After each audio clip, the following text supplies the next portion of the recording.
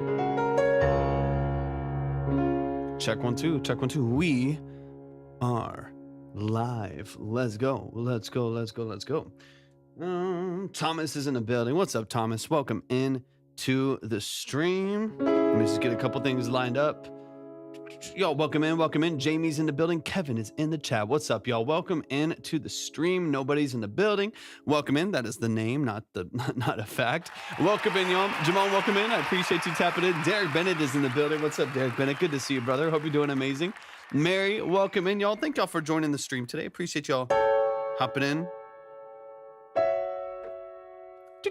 Dione, welcome in. Joshua's in the building. Y'all, thank y'all so much for joining Track Talk today. If y'all are coming in for the first time, let me know where you're joining from. And if you make music, let me know the kind of music that you make.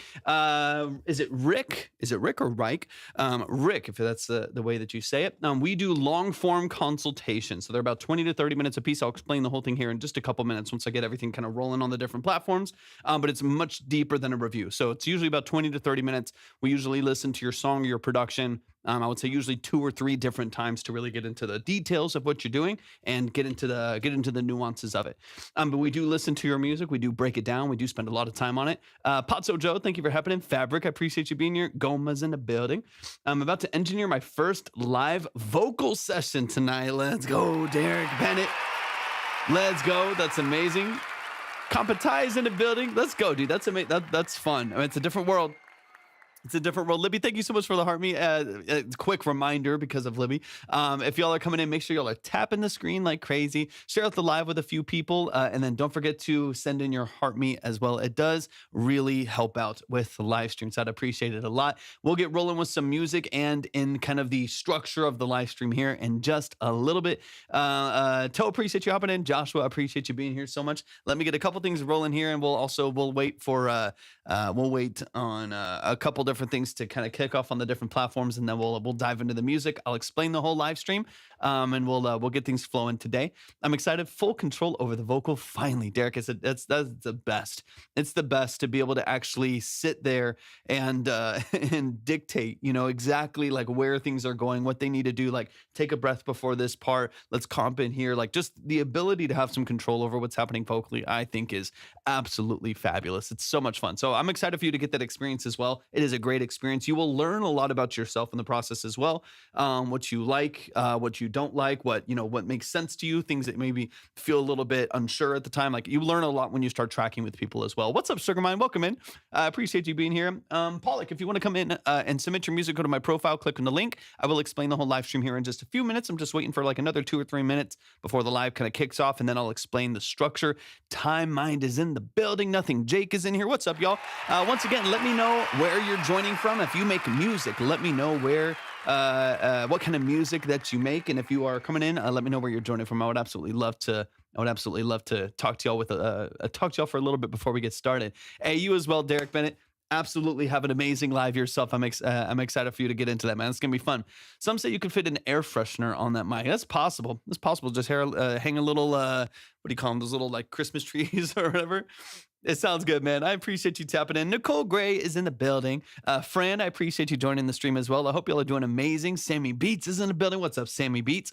Once again, y'all let me know where y'all are joining from if you're coming in for the first time. If you make music, talk to me about the kind of music you make. In about 2 minutes, I'll explain the live stream. I'm just kicking things off, chatting for a little bit before we get rolling with the music. I have the line updated already, so it should be good. Summer Palmer, thank you for tapping in today. I appreciate you being here. I see Dusty's in the building. What's up, Dusty? I am, the chat's not showing up all the way. Sometimes it like limits how much of the chat I can see. Is it Daniel? Am I saying that correctly? Thank you so much for joining. Yeah, I'll open up the line here in just a little bit. So Torvik translates your music into Braille for V-Bucks. That's actually true. It's actually true. Richie, thank you. I appreciate you, man. I appreciate it. Retrack is in the building. What's up, Retrack? It's so good to see you, brother. Hope you're doing absolutely fabulous. Hope you're doing amazing. Howdy, howdy. British electronic music producer here, Sugarmind. I love that. I love that. I have finally started to move on to vocal producing volume and gain automation tonight. Let's go. We're working our way through the signal chain. We're working our way through experiences. That's the way to do it, Nicole. People dive in, they just like get Pro Tools and they're like, oh my God, I don't know where to go. Dan, thank you so much for the follow. I hope I'm saying that right. They don't know where to go and it can get overwhelming really, really quickly. So I love that you're like taking it a step at a time, like gain staging, like getting into like the actual nuances and kind of beginning elements of vocal production and mixing and stuff like that. It'll change your life. I think a lot of people go too far, too deep. Now, granted, I was kind of thrown into the deep end, like my first day training in a studio with an audio engineer when I was doing my, mentorship with an audio engineer years ago. Liz, welcome in. It's good to see you. When I was doing my mentorship years and years and years ago. It was like first day, he was like, here's a board. He was like, first day, and he's like, here's a board, this is a bus, this is how we group tracks, this is where we send it. Let's start working on stuff. Like, and that was, that is a bit overwhelming, but I will say that because fly baby, exactly. He's like, hey, you're out the nest now. He just flicked me out of the nest and said, hey, you're in the deep end now.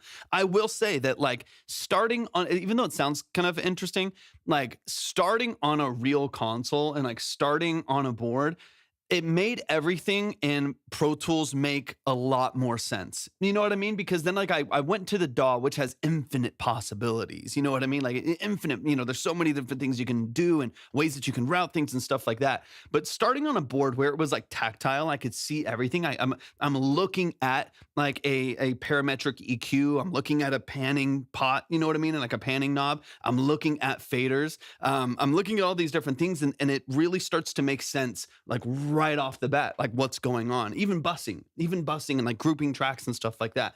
I was like, man, it's like right, within a week, I kind of understood how some of these things worked. And then, you go into the DAW and I'm like, oh yeah, this is a bus, this is an aux. It's now just in a drop down menu. You know what I mean? Like it's a drop down menu as opposed to like actually just like feeding it into this aux and sending it to this channel and stuff like that. So, there's some benefits to diving in the deep end, in that way. At the same time, the DAW can just be overwhelming. What genre are you talking about in here? Luno, absolutely any genre, any level of quality and preparedness. And I'll get into this, the music here in a second. Let me just catch up really quick. Where are you from, man? Literally just came across you yesterday, illuminating content. Dan Egan, I appreciate that so much. I'm from San Antonio, Texas. Hey. Do you think I can make it? What do you mean? Make it how so? Monique, thank you so much for tapping in as well. I appreciate you being here. I'm just kind of catching up on a few things. Which genre of music do you like the most? I wouldn't say it's necessarily a genre more than it is sound design. So I love synths. I'm obsessed with synths. Ask anyone. I'm obsessed with synths. I have a bunch of them and I want a whole bunch more. So I really love the 80s.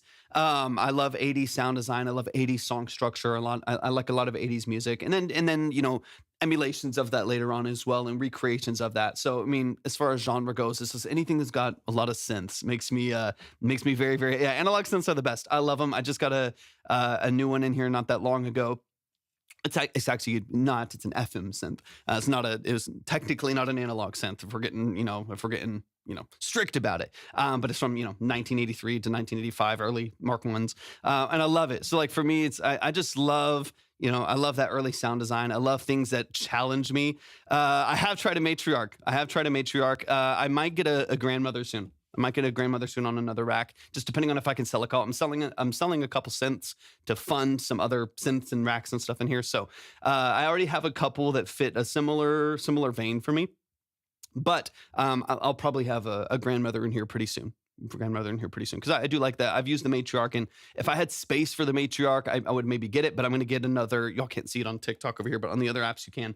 On the rack behind me, I'm going to get another polysynth. This is my polysynth rack, and then I'll move all of my monosynths and like paraphonic synths and duophonic synths over to a side rack over here, and then hopefully, ideally, on this side of the room, which you can't see. Eventually, as I sell and kind of get stuff out of here, hopefully, in the near future, I'll be able to get, some kind of like a electro piano or something over there with maybe another background organ or something like that. So I kind of fill all my voids. I got some like analog and digital polysynths, some monosynths and duophonic synths and stuff like that. And then also some like electric piano organ. I like to have just like a little bit of everything. I prefer to go to an individual tool for what I'm doing versus like an all-in-one Mod X 73 or something like that just does absolutely everything you can possibly think of. Whether practically it makes the most sense, creatively it just doesn't work for my brain to just like click through menus and find it. So like I like going into an individual tool for whatever reason.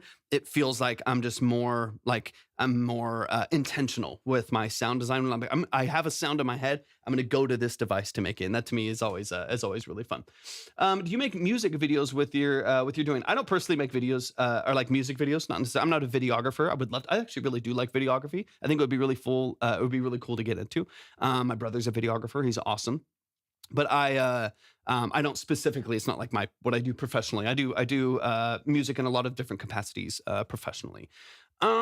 He's gonna start lying and get an original style. Yeah, timeline. If I had for 140 grand on the cheap end, if I had 40 grand on the cheap end for a Steinway, dude, I have played many Steinways. I have played many Steinways, and they are something special. They really are. They are absolutely something special. Nothing quite like it. That's a beautiful instrument. Anyways, because the stream is not for. I don't know why it does. That's weird. I'm not sure.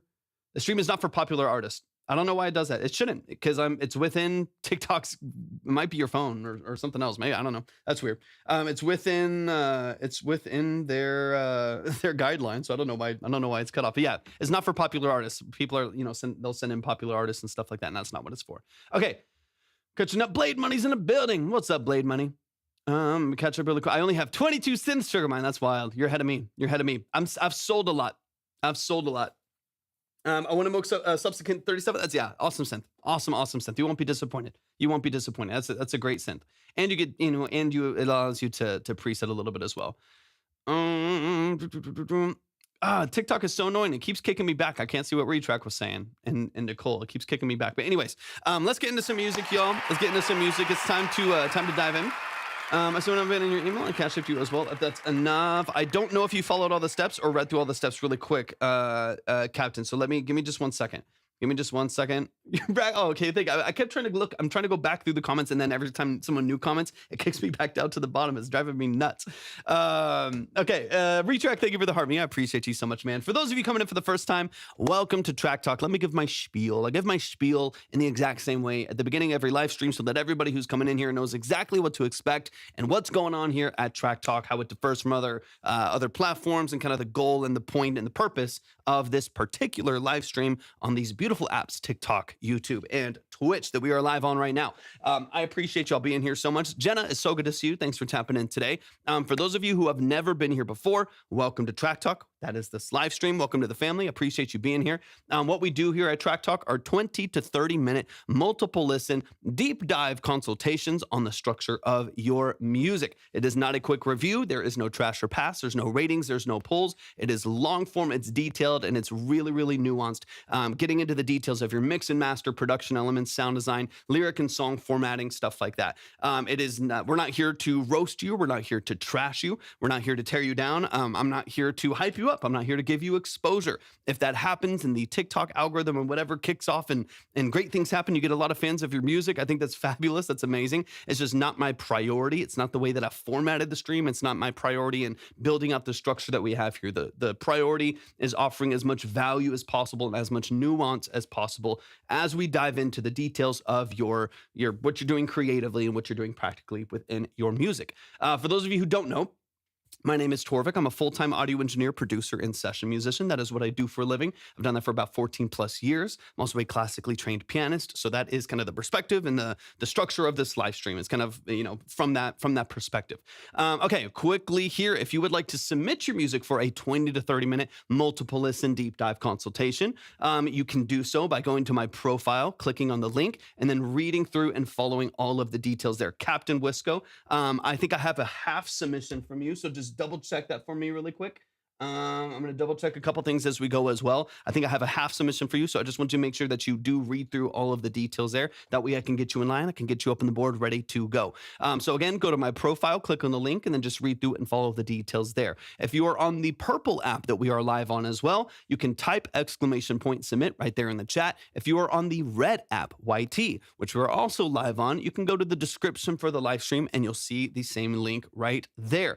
If you want to see the line order minimum stuff like that, it is live up on the board or up on the screen the entire live stream. If you are on the other platform, so I usually just tell people keep a tab open that's going to one of those other platforms so that you can always see the line order and minimums and kind of see where you're at and see where you want to submit or move and stuff like that. But we don't have it up on TikTok. It's just on the other platforms. Okay, let's get some things flowing here, and then Captain Wisco, I'll be on the lookout for you. Let me see. I already know you want to accept AI music, so I hate you is what it is. Your hat is decent, though. I do accept that, actually. So I feel offended by the fact that you hated me preemptively because you have no idea who I am and what I do in the heart behind the whole structure of the stream. So that is very unfortunate that I'm hated before even knowing. Let me see a couple things here. So I do have Captain. I do have your email. I'm just looking for the other half there. All right, now the hat sucks. Oh, that's valid. That's valid. It's valid. Yeah, when it comes to like submitting AI stuff, it's typically the way that we format it is for helping people with songwriting, song structure, phrasing, cadencing, and stuff like that to make sure that when they are doing songwriting, and also point them in the right direction as far as building out song structure, working with demo musicians and stuff like that, so they can actually get the traction that they're trying to get out of building their music. Miranda, thank you for the heart me. I appreciate that so much. I appreciate it.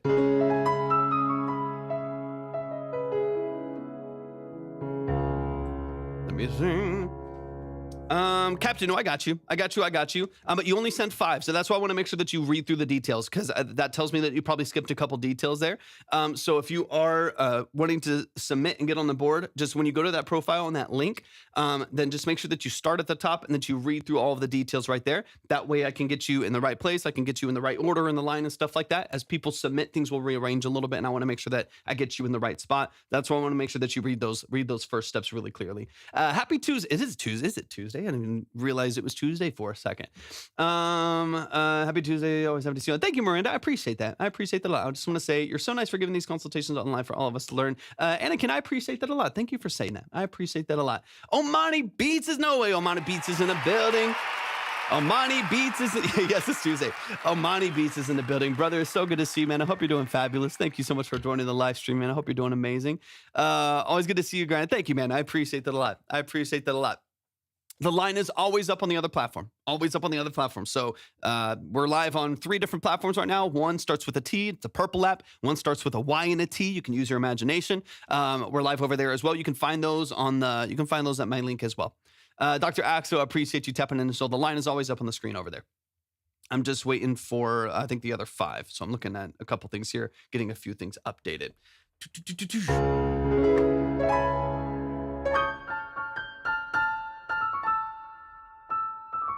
Y'all, I'm working on I'm not going to say too much about it just now because there's a lot of work I need to do on it still, but I'm working on a YouTube video right now that it's kind of kicking my ass. Paul, welcome in. It's kicking my ass because the thing I'm recreating some stuff and I'm working on some tracks. The thing that I'm working on right now is so insane. It's so insane to recreate. I'm struggling. It is challenging me musically in a way that I haven't been challenged in a long time. So it's very, very fun. YouTube channel, same name. Look up Torvik Music anywhere and you'll see it.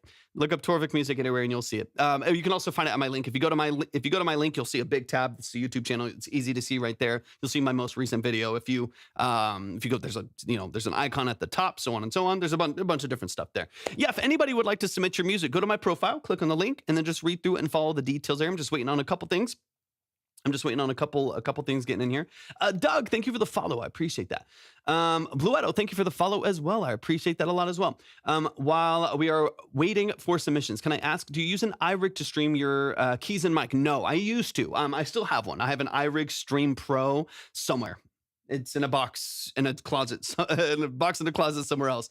I'm waiting on someone right now, Shane. Waiting on someone right now. They sent half. I'm just waiting for the other half, and then we'll have them up on the board. But yeah, we just hopped on. So I used to use one when I was like using my phone, but now I have like a nice camera set up, and everything is just run through my MacBook Pro. So I have like everything is running through like OBS and TikTok Live Studio, and I have OBS goes to YouTube and Twitch, and I have TikTok Live Studio obviously going to TikTok. Separate chats for each right here on a second screen, and then I'm actually using like a camera, like a nice one that has like good autofocus and stuff like that. A nicer camera for just the main one here, and that's the same one that goes to all the other platforms. But yeah, right now I have everything running into like a powered USB hub. It's distributed well, and then I just have that running through OBS or TikTok Live Studio. Yeah, Captain, that's the only thing I'm missing. What's up, D Busy? Good to see you, brother. Hope you're doing fabulous today. Yeah, it's the only thing I'm missing. I just have the half, so I'm just waiting on the other half, and then I'll get you up on the board ready to go. And then yeah, absolutely, yeah, 100% any style, Riley, 100%. 100%. Any style, any level of quality, any level of preparedness. We've had voice memos all the way to Grammy-winning musicians. It's all the way across the board. So you don't have to worry about the style or the genre. You don't have to worry about if it's released or not. Or I would say 90% of people released unreleased works in progress because they utilize this live as like a final check or an early check even for like their demos and their works in progress to see if there's anything they can work on and hone in on before they send it to an engineer or go track in studio and finish their writing or send it to distribution or anything like that. So a lot of people send, I would say most people send in unreleased stuff. You can send unreleased 100%, but most people send in unreleased for that reason. Parson, welcome in as well. I really appreciate you being here. Yeah, any style. We get people in here that are doing heavy metal all the way to like lo-fi, pop, country, R&B, rap. It's all over the place. All over the place.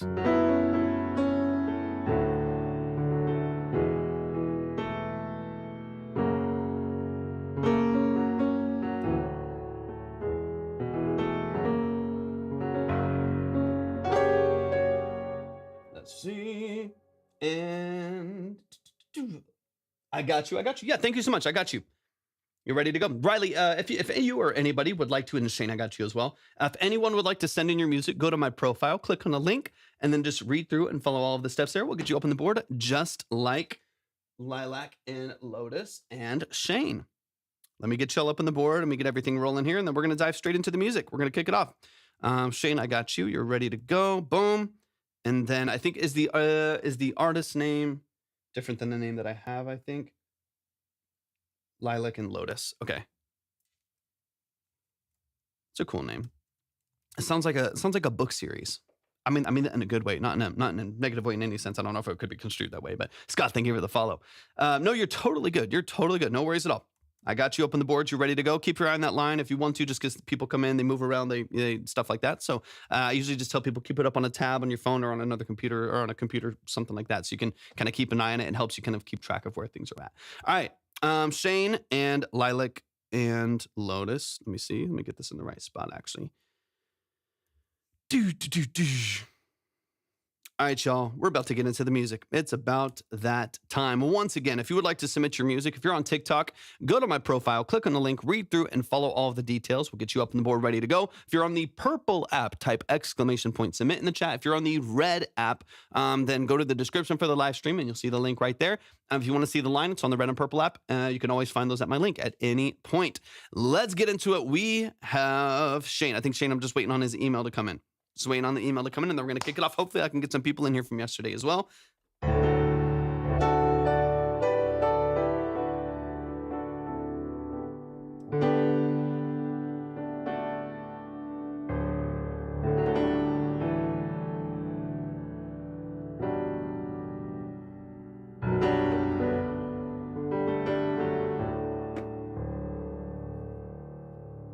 Let's see. Any genre. Absolutely any genre. Absolutely any genre. Chris, I appreciate you tapping as well. Welcome in to the live stream. I'm just waiting on an email to come in. As soon as that email comes in, we'll kickstart the music. I appreciate y'all being patient. Welcome in, Hunter Crane. I appreciate you joining the live stream as well. Welcome in, welcome in. Los Gatti, I appreciate you being here. Welcome in. Y'all keep tapping the screen like crazy. Tap the screen. Share out the live with a few people.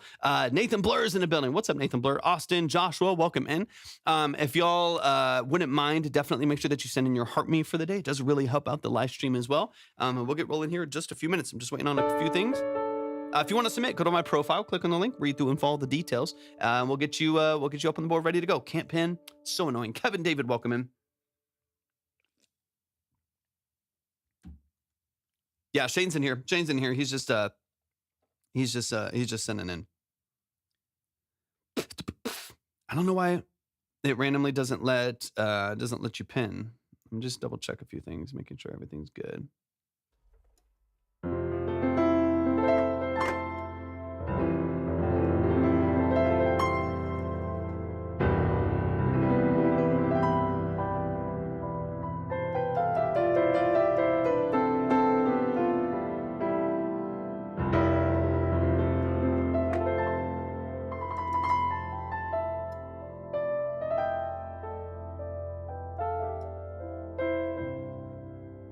It's filtering? Wait, why is it filtering you?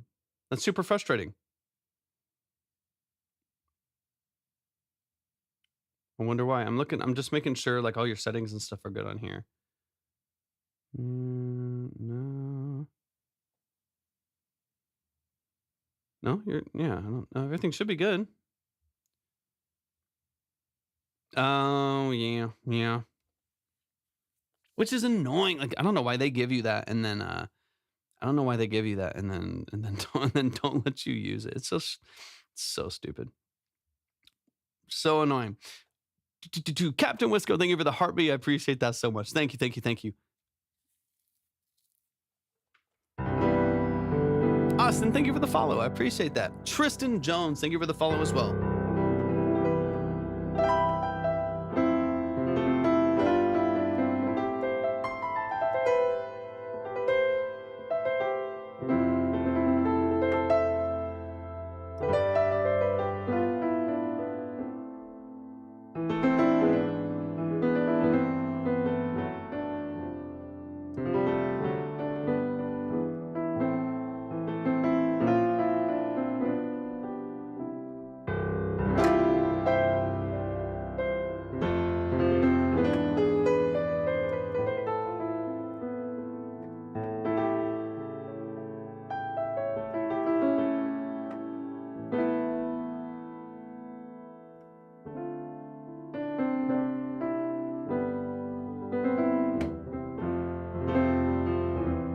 Shane. Boom. Got it. Shane's email just came in. Still won't let me the fuck yet. TikTok, we love you, but you're infuriating sometimes with your limitations. Okay. How do you send your music? Josh, if you would like to send it, go to my profile, click on the link, read through all of those details. We'll get you up on the board ready to go if you follow those steps. All right, let's dive in. If you want to submit profile, click on the link. Everything's right there. We got Shane in the building. This is Searchlight. Okay. This is... I believe I have your email, Sammy. Just double check that you followed all the steps. I'm going to refresh a couple things over here as we get going. Boom, there's that. Yep, Sammy, I got you. It just came in. I got you. Let me get you up on the board. Craig is in the building. I think, is this Craig from the other day? I think I already got you up here. Craig with a 15, is that you, Craig Kander? If it is, I'm going to get you straight up on the board as well. I appreciate you tapping back in. I'm assuming it is.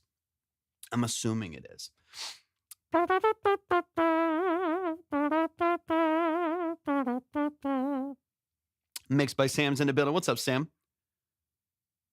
If it is, I'm gonna get these in the right spot, and then we'll line it up. And then Sam, let me go and get you on here.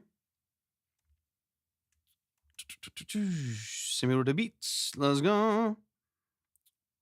What's up, Sam? Good to see you. Craig Kander. Is it the same Craig from the other day? Is it the same Craig from the other? It is? Okay, sorry. There's a little bit of a delay sometimes over on the other apps. Sometimes I'm catching up on the chat. All right, I got you. You're up on the board. You're ready to go. Should see yourself up in the line right there. Ready. All right, we got Shane in the building. This is a track that I have heard. Thank you for the heartbeat, Tristan. I appreciate it so much. Thank you for the TikTok and the hi bear. Captain Wisco, I appreciate you so much. Sorry I missed those. Let's get it. This is, he said, praying it's close to done. This is a track that we have chipped away at over time on these lives. So I'm excited to get into this. Any details you want me to put some focus on, Shane, Paul, music, let me know. Engineering a few writing sessions soon. I love that, Sam. That's amazing. That's fun. Writing sessions are fun. All right, this is Searchlight. I've heard the song a couple times before. We're now getting into kind of the weeds with this one. So we're gonna dig into it a little bit. Philip Greer, thank you for the follow. I appreciate it. I appreciate it. Give me a sec. This is downloading. This is downloading.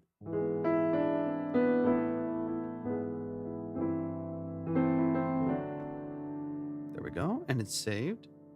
Sounds good. Sounds good. Sounds good. Let's get into it.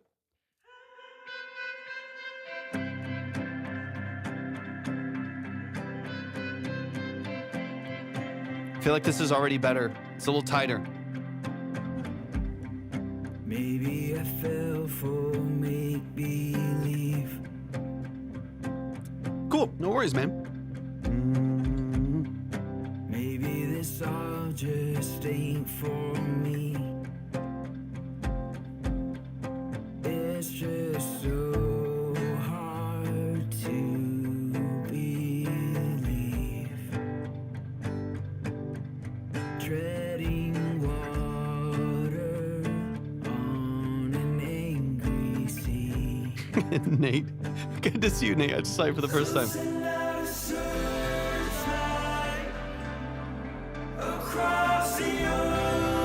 Let's go, Shane. Production is way better. Way better. Massive improvement on the production. I can hear what's going on now.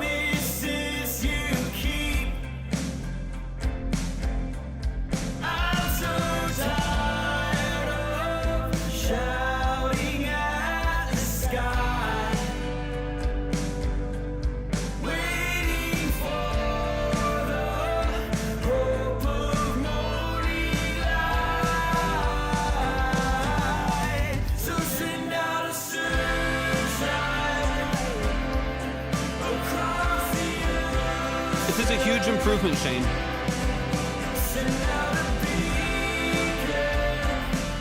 Huge improvement.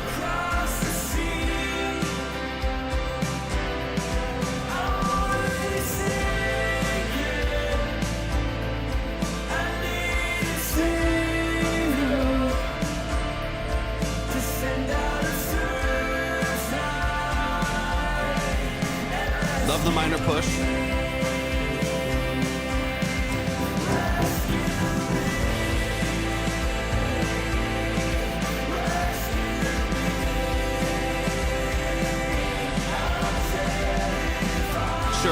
Sure.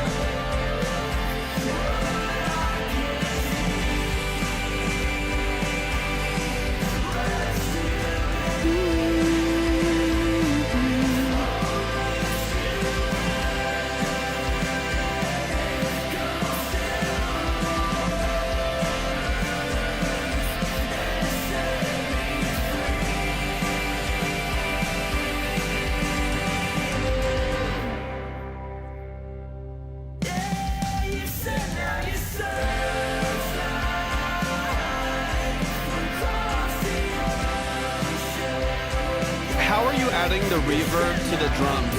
Is it on the drums themselves, or is it sent into a room on an aux? Let me know. On a bus.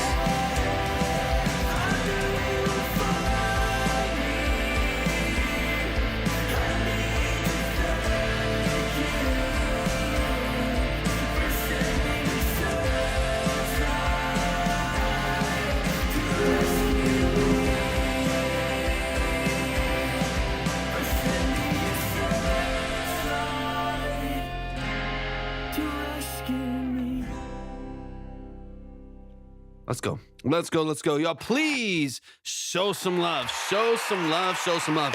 That's the family. That is Shane Paul Music. They're over on the Red app right now. So if y'all see me answering questions and stuff that don't make any sense over here, then that's what's going on. Drum bus is sent to a room aux, but there's no reverb on the drum bus, right? Or on the drums themselves. So it's a dry signal with the aux. Let me know. So I can confirm. I know there's a little bit of a delay as well. It's a great song. It's a great structure. I've heard it many times. So we're gonna get into a couple details here, a couple nuances here, as we're chipping away, getting this closer to release. There's been some stuff we've had to like backtrack, and then kind of regain some clarity and separation on. So this is already a massive. The intro of the song is already a massive improvement. As you build a little bit of energy. As you build a little bit of energy towards the end of the song, that vocal does dive in the mix just a little bit. I think even just the fact that you're playing harder on the acoustic guitar, you really start to get a lot of energy, and those double tracks right there, where they're really, really prominent, they start to really creep up in the mix. Some tasteful gain staging there or automation could keep that level through most of that, to where it barely just pokes out, right? It just gives you like that acoustic guitar isn't really carrying a lot of like chordal information. It's giving you kind of more of a rhythm. It's almost like a hi-hat, you know what I mean? It's like it's almost giving you that tonal quality than it is like a big chord, because you also have full electric guitar, double tracks, drums, synths, a big bass, stuff like that. So individual drums are sent to overheads at varying degrees, then all sent to the room. Okay, got you. Score. Thank you for the follow. I appreciate that. So yeah, you're losing that vocal in that last hook a little bit, so just be careful of where some of the creeping in is happening. I hear it a lot on the acoustic guitars, and then also just making sure that the vocal maintains its prominence in that B section in that last half right there. Intro sounds way better, way better. Like that first intro and verse to me sounds so much more vibrant, because I can actually hear the instruments and what's going on. There's good separation there, which we didn't get when everything was kind of smothered in the reverbs last time you sent it in. We couldn't really distinguish all of these extra layers in there. So this feels already way more open. Let's run it from the top. Let's dive into some details here. We'll kind of chop through as we go along. Quick reminder: I see a bunch of people asking, and the mods have been awesome. I appreciate y'all so much. If y'all want to submit your music for a 20 to 30 minute deep dive, long form consultation on the structure of your music, go to my profile, click on the link, and then just read through and follow the details there, and we'll get you up on the board, ready to go. All right, let's dive in. This is Searchlight by Shane Paul Music. An overhead emulating bus. What's on the overhead emulating bus? Like is that like a widener and maybe some other stuff? What do you have on the? Yeah, let me know what's on the overhead emulating bus and what that entails.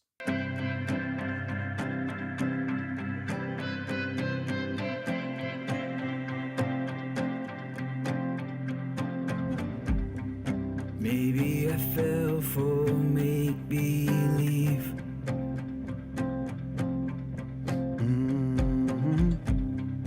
Maybe this all just ain't for me. I see. Okay, so that's what I'm hearing then. So you have compression. Okay, compression, great, beautiful, love it.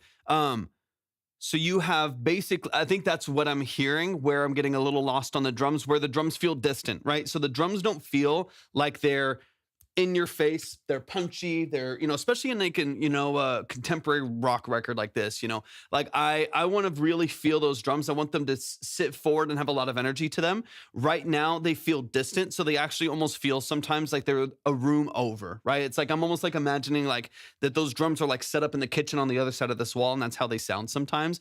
I think it's because there's multiple layers of reverb and reflection happening, where you have a room reverb that is giving you reflection and giving you some space and some distance in the room, and then sending all of that drum bus to another reverb. Am I hearing that correctly through the text that you have there, or am I misinterpreting something?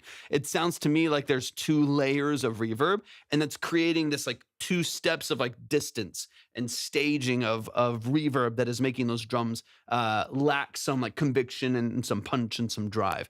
I think that's a little bit of what I'm hearing here. And yeah. So that's what's going on. You don't need the room reverb on your perceived overhead. Like if anything, you can do just like some EQ if you need to like widen something or whatever. You can just be. I wouldn't just be careful with stuff like that. But what we're talking about there is the fact that like, so you've basically taken them all, put them in a room and separated them, right? Creates depth, it creates some distance, right? It sets it into space. And then you sent that room, right? You took that entire room and sent that entire room back into another room. And so that's where you have like all this space from the drums and you have all of this like separation where like nothing feels like it's here, right? Nothing feels like it's right here in front of me, driving the song, giving it punch, giving it power. So remove the room reverb from your perceived overhead. On that drum bus right there that you're then sending into another room, if you are on that drum bus, I would just do like a couple things tastefully, a couple very minor things tastefully. Compression, beautiful. Get a couple dB of control right there. I love saturating on a drum bus. It gives it some beef, some harmonics, makes it sound really musical, especially if you're using VSTs. It can make it sound a little bit more natural. It gives it some warmth and some energy. So, get a little bit of compression, some saturation, and EQ if you need it. If you need to open it up a little bit or give it some texture, then that's all you need. That's all you need. Maybe filter and smash with compression for fatness. Yeah, I mean, that's to taste. That's to taste because the drums are already too restrained. So just be careful. You're talking about like smashing them and stuff. You can. I mean, there's times where I just like run an 1176, all buttons in, squash it, or like 12, 120 to 1. I just crush it and just make it. That's a very specific stylistic decision. I don't necessarily know if you need that. I think on the drum bus, you just need like a couple dB of control, like two, or like if you're already compressing like the snare and the kick potentially, and then you're sending that to a drum bus, and then you're sending that into a room, and then you're sending that to a master, and all of that has a bunch of stages of compression. You're just going to get this kind of lifeless squashed drum. So just be careful of that. I think a little bit of EQ, a little bit of saturation can help. The saturation is going to help beef it up a little bit. That's going to give it some weight. It's going to give it some, some color and some texture there. I think that's going to be great. But as far as the compression goes, I would do it pretty tastefully. A couple dB of reduction to kind of glue all your drums together, put them under an umbrella of processing, and then send that to that room, and then do that accordingly. But the biggest thing, I mean, that's all stuff you can stylistically decide. How squashed do you want your drums, just based on what you hear? How squashed do I want them? Versus like how like lively and dynamic do I want them? And those you have to kind of play that role back and forth a little bit and kind of see what works. But the biggest thing for me is we're sending a room to a room, so we have multiple stages of reverb. That's where these drums are creating all this separation. You're going to dramatically change the way that this feels just by correcting that alone. Because I'm still kind of missing that. I'm like, oh, it makes all the sense in the world. Where for some reason they sound like they're in another room, and quite literally they are. They're 2 rooms away technically. So that makes all the sense in the world. I'm glad we caught that. It's just so hard to believe. And Bafana, these are really detailed 20 to 30 minute consultations. We spend about 20 to 30 minutes talking through production structure, mix and master, songwriting, lyric and song formatting, stuff like that. We usually go through the track, whether it's an instrumental or a like vocal production across the board, or songwriting. We go through usually 2 or 3 different times in order to kind of finalize it and give them some tools and some tips to improve on what they're doing. But it's a bit more in depth than just a review. Also want to know how the mastering sounds. I know hard to tell with the mix, not done, but this is mastered. I mean, I think your loudness is fine. Your loudness is fine, but it's kind of like you just said. I mean, you kind of answered a little bit of your own question where it sounds nice and, to answer half of it, to answer some of the options that I have, it does sound nice and wide. It does sound, fairly loud. So I think those things you've accomplished on like the mastering side, right? Like those, details right there, I think you've accomplished. The things that you're missing though, is like a lot of that energy and dynamic that's happening because your percussion isn't balanced the way that you wanted to and stuff like that. And your vocals getting a little bit lost in the sauce later on. And so you're missing some of that, some of that character. So that to me is a big part of that. That's a big part of that where we're missing some of like the key. If the vocal is getting lost, and it was that on the side and sending a dry track. I thought I was sending only a little to the overheads, like 18%.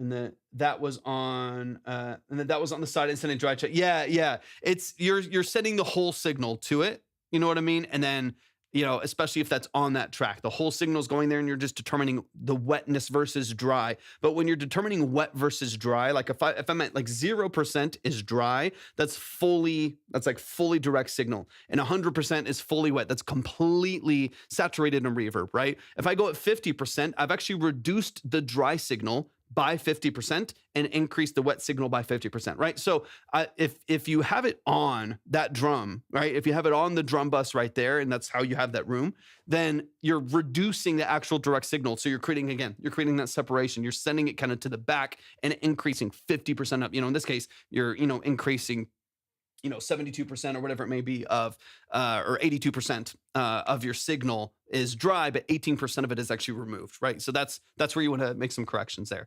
So yeah, it feels wide, it feels loud. There's a couple of those details I think you have, but for me, a lot of like the core elements of this, which are your percussion and your lead vocal, those are the things that need the most focus. Now, I already talked a little bit about the acoustic guitar getting a little hot towards the end. Some of that you can mitigate a little bit. Vadis, welcome in. Good to see you. I hope you're doing amazing. Vlad, thanks for the follow. I appreciate that a lot as well.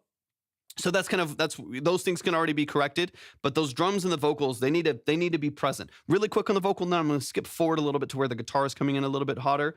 But I thought that mixed it in behind it. No, yeah, it's a percentage. That's why what your mix knob is, generally speaking, a percentage, right? It's like 0 to 100. And so it's the percentage of that signal that is wet versus dry. If it's 100%, it's 100%. If it's 0, it's 0. That's why I like sending then, that's actually part of why the Vox get loud. Yeah, so this seems to me that some of what's happening here is less about like you need to redo a ton of routing. It's the opposite. You need to redo like a bunch of balancing and stuff like that. It sounds like there's probably some like routing issues of like, oh, I didn't realize that led to that and that led to that, and that's why this is happening. It sounds like some routing issues that are suppressing a lot of your signal, right? Like maybe that's happening with the vocal as well. So the vocal's diving into the background. There's a lot of things kind of getting lost in the sauce. Same thing with the percussion, obviously. It might even be happening with other elements I can't even hear right now. So that's like one thing I would go back and address is go back and be like, oh, what is this being sent to? What is this receiving information and receiving signal from? And see if there's some things that are happening that are, suppressing your signal a little bit. Really quick on the vocal, and then we're gonna move forward. Really quick on the vocal. It's a little bit boomy on the low end. Obviously, I do not want it thin. I don't want to thin it anyway, but it's a little bit boomy on the low end, 100 to 300 hertz. So I would soften that a little bit. And it feels a little hollowed out in the mids as well, where when this first vocal comes in, it just feels really flat and boomy. And I still want like more expression from the vocal. And a lot of that happens in the mids. So just be careful that you don't carve too much out of that, out of the mids and like low mids, where it feels like you're removing a lot of information between like 400 and 2000 hertz, so on and so on. Like I want to make sure we still have expression. We can still hear that vocal punch through the mix. And right now, when you hear this early section right here, maybe this all just ain't for me. you get this big, there's a lot of the energy between 1 and 3, 100 and 300 hertz. And then you're missing some of those mids again. So a little bit of rebalancing on the EQ, and then you already need to reroute some of those vocals and get them into a place where you have a little bit more control over the signal again.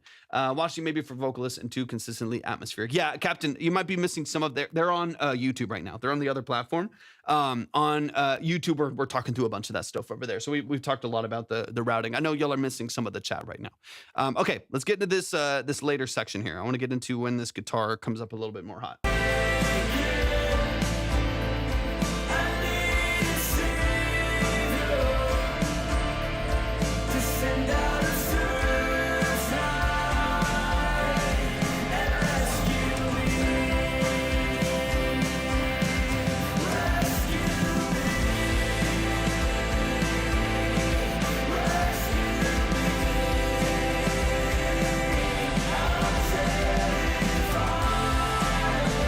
I appreciate that, Miranda. So right here, I hear that suppression happening because it sounds to me like those percentages are off, right? Where the percentage is then being taken up as far as the dry and wet signal of the vocal. So again, a little bit of restructuring right there I think is going to take you really, really far as that goes. That's going to help a ton.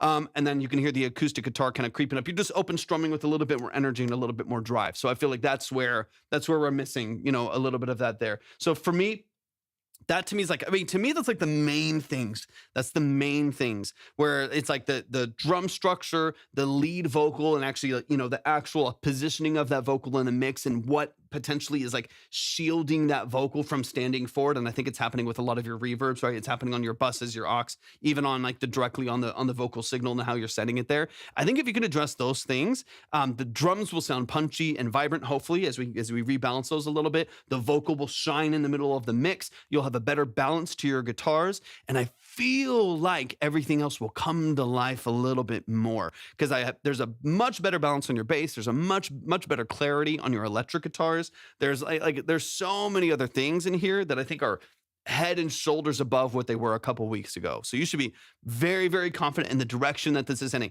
But I think what we're figuring out after the last like 2 consultations, especially, is like stepping back is better. Like, it's like, oh, I did a bunch of stuff and I'm more than fixing things. You're just like unwinding. You're just like reining some stuff back in order to like restructure your mix a little bit more. So that to me is like my bullet point. Does the overall sound too mid? No, not at all. The only thing, because again, the vocals are being suppressed. Those are mono in the mid. The drums are a little bit suppressed. That kick snare, that's where a lot of that's going to come in, and those cymbals and stuff like that, those are suppressed. So a lot of those mid elements that have like mids, high mids, stuff like that, those are already being suppressed a little bit. So you're not getting a lot of that. And then the acoustic guitar just needs to be balanced. That's also filling a lot of that void, and those need to be balanced, right? Those start getting really hot, so you just maybe automating levels to keep them suppressed, or you can kind of figure that out depending on what makes sense in the mix, even, compressing them lightly. So maybe they're just getting kissed by a dB or 2 early on, but when it kicks in a little bit more, maybe they're hitting 4 or 5 dB. There's a good amount of control right there. If I'd released it before last consultation, and it's all like learning, Shane, you know what I mean? Like it's all learning. It's all just a process. And if you put it out and the content made sense and you were still people connected to it, you never know what could happen. You never know what could happen with it. So you definitely could, but I do feel like you're missing, if part of the energy of the song is obviously laid in the percussion and it is the message of it and stuff like that, then you're definitely missing a lot of that. And so I don't want you to release something that is missing some of the core elements of the mix. So I am glad that you hung on to it. I'm glad that you hung on to it for a little bit, because I do feel like you're right on the edge of this being a 20x mix of what it was a couple weeks ago. And I think you're right on the verge right there, man. Right on the verge. Y'all show some love. Show some love. Toko, welcome in. I appreciate you being here. Yeah, Shane is doing everything himself. Everything that you just heard is Shane. His voice, his guitars, his programming, his mix, everything. Lance Carter, welcome in. That is completely all Shane. Please show some love and support to Shane Paul Music. They're over on YouTube right now, but please show some love and support. We love them. That's the family. I'm excited, dude. I feel like it's not yet. I think after this, with like one other revision of like, now we're restructuring or revisiting it. Like, I think after this, you can be a lot more confident that it's at least a palatable mix. You know what I mean? As opposed to being like, I can't even hear what the vocal's doing. Everything's muddy. There's way too much reverb, whatever it may be. Like that, where like people are like, hold on, dude. Like it's not even easy for me to understand what's happening in the production. I think you're now at a place, especially after this next revision, that you'll be like, okay, this is a mix that I'm proud of, that I'm happy. And it's better because of you, man. Gonna get things, get the drops 100%, man. I'm so proud of you, man. Seriously. I'm so proud of you. Yeah, ton of credit. I mean, y'all should hear, even with like Shane now, like you should, and I mean this in a positive way for Shane, not as a knock.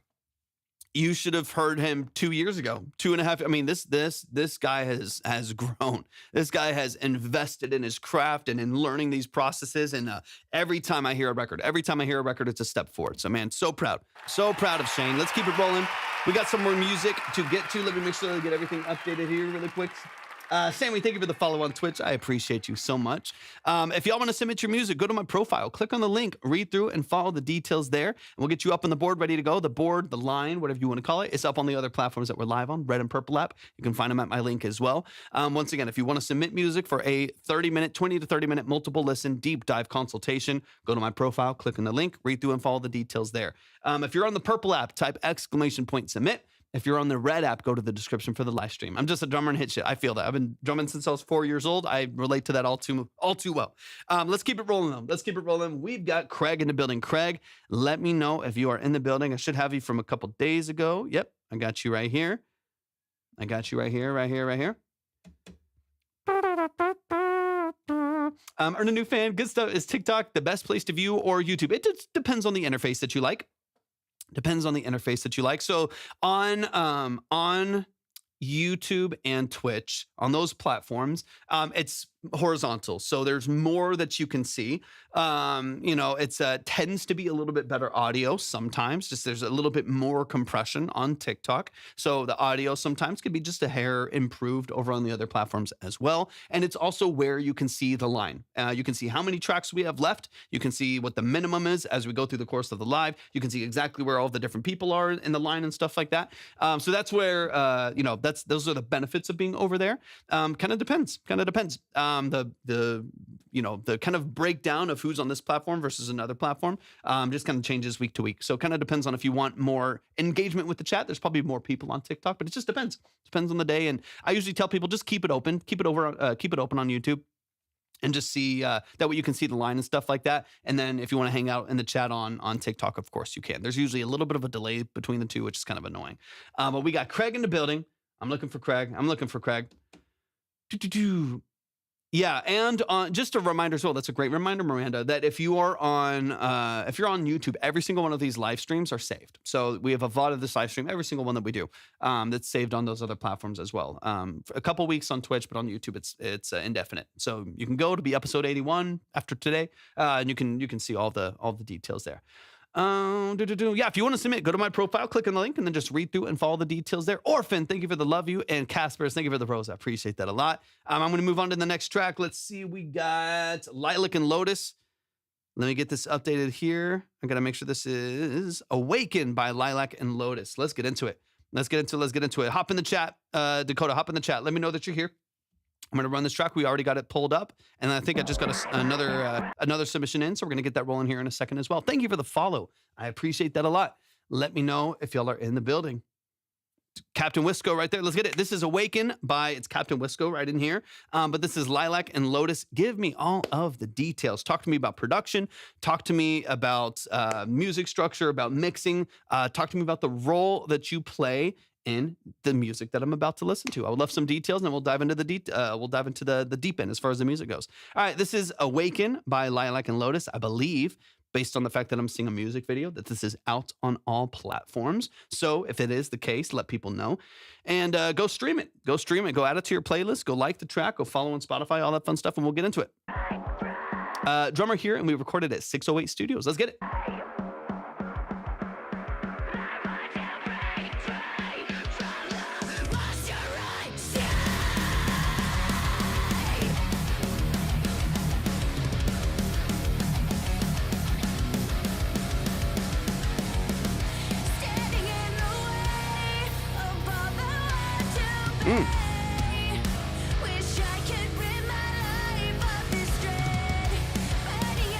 What's up, Gab? Welcome in.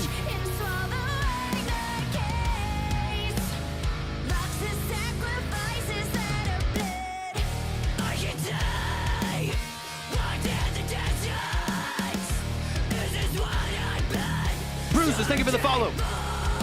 Nasty.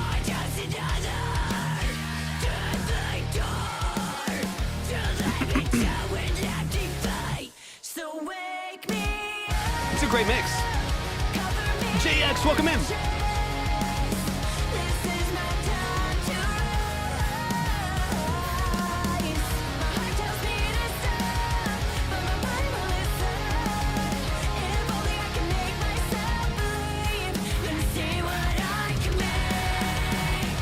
Fire vocalist, come on. She's amazing.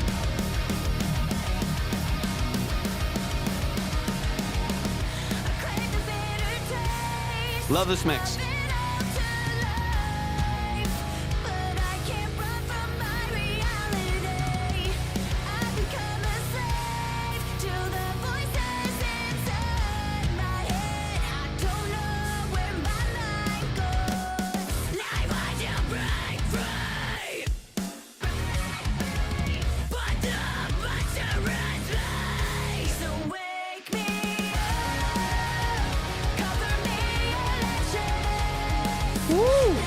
Come on.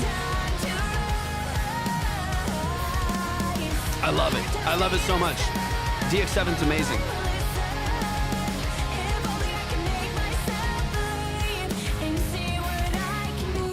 Great hook, great structure. It's a beautiful mix. Tons of energy, wall of sound, great separation and clarity. Pocket's amazing. This is great, man. I'm sick of trying. How did I end up like this?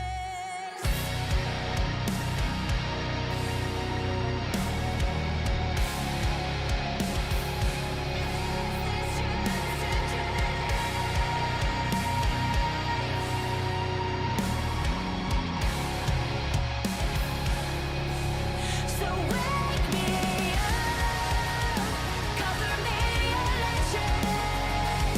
This is my time to run. Her fry scream is nuts. Come on. So good. Don't spam the chat, please. And see what I can be.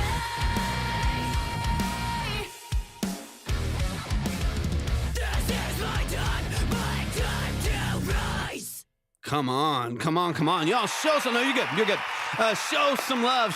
I know the thing is, I know other chats or like other live streams will tell you to spam the chat with your song, and so it gets backwards a little bit. But we don't spam the chat here. Yeah, all the info is at my page. Go to my profile, click on the link, read through all the details if y'all want to send in music. Let's run it from the top. In fact, I want to pull this up on Spotify really quick. That is a Lilac and Lotus. The song is called Awaken. I just watched the official music video on YouTube, which is fantastic. It's really, really, really well done. Beautiful mix. Again, like I was mentioning, as I was saying, like wall of sound, beautiful, like deep, like 7/8 string, double track guitars, heavy pocket on the drums, great vocal production, especially transitioning into these beautiful fry screams. So well done. Producer also did our music video as well. Dude, they crushed it. It's really good. I mean, this is all fantastic quality. So we're going to dive into it. So y'all show some love to Captain Wisco. That's the drummer right there. Shout out to the drummer in the building. But man, let me pull it up on Spotify so we can get you a stream and follow and everything over there. Y'all do the same. The song is released, so please go stream the track, go like it, go add it to your playlist, go. What else can you do? Follow on Spotify, all this stuff. Y'all know the deal. Go show it some love and support, man. It's a beautiful record. So let me pull it up over here. Let's see, Lilac and Lotus. Let me see. Beautiful. Awaken right here, 2,200 streams. Let's get it to, or it's 21.99. It's about to be 22. Let's run it from the top. Let's get into some details. Quick reminder, if y'all want to submit your music for a consultation, you want to dive deep into the structure of your music, go to my profile, click on the link, read through and follow all the details, and we'll get you up on the board ready to go. We'll dive into the music just like we're doing here. We did with the last track. Every breakdown's different because everyone needs something different. Some people were really celebrating the nuances of their music to kind of show everybody what's so good about these things and how they can replicate it in their own music. And for some people, we're diving deep to like fix things, right? And hone in on ways that they can kind of improve on areas of their craft. And this case is a beautiful record. I'm probably going to hone in on some things that I really love about it that you can replicate as well. We just released singles until we can get signed and do an album under a label. What is your primary goal with getting signed and the usage that you would have for a label? I'm curious because there's not none. There can be some usage. What do you think is the primary driver of wanting to wait on an album for a label?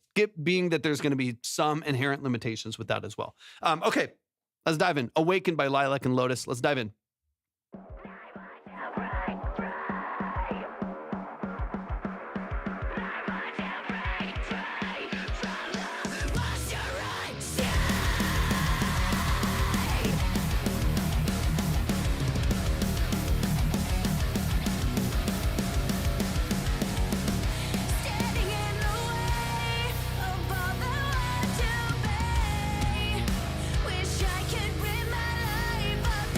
Yeah, we're open.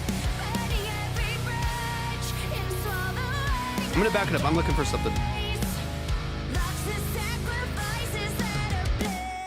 want to refocus. Let's refocus. Because we can get more support to produce an awesome album with a great label, ideally. I wouldn't, yeah, I mean, the line is on the other platform that we're live on. So if you go to either Twitch or YouTube, you can see it there.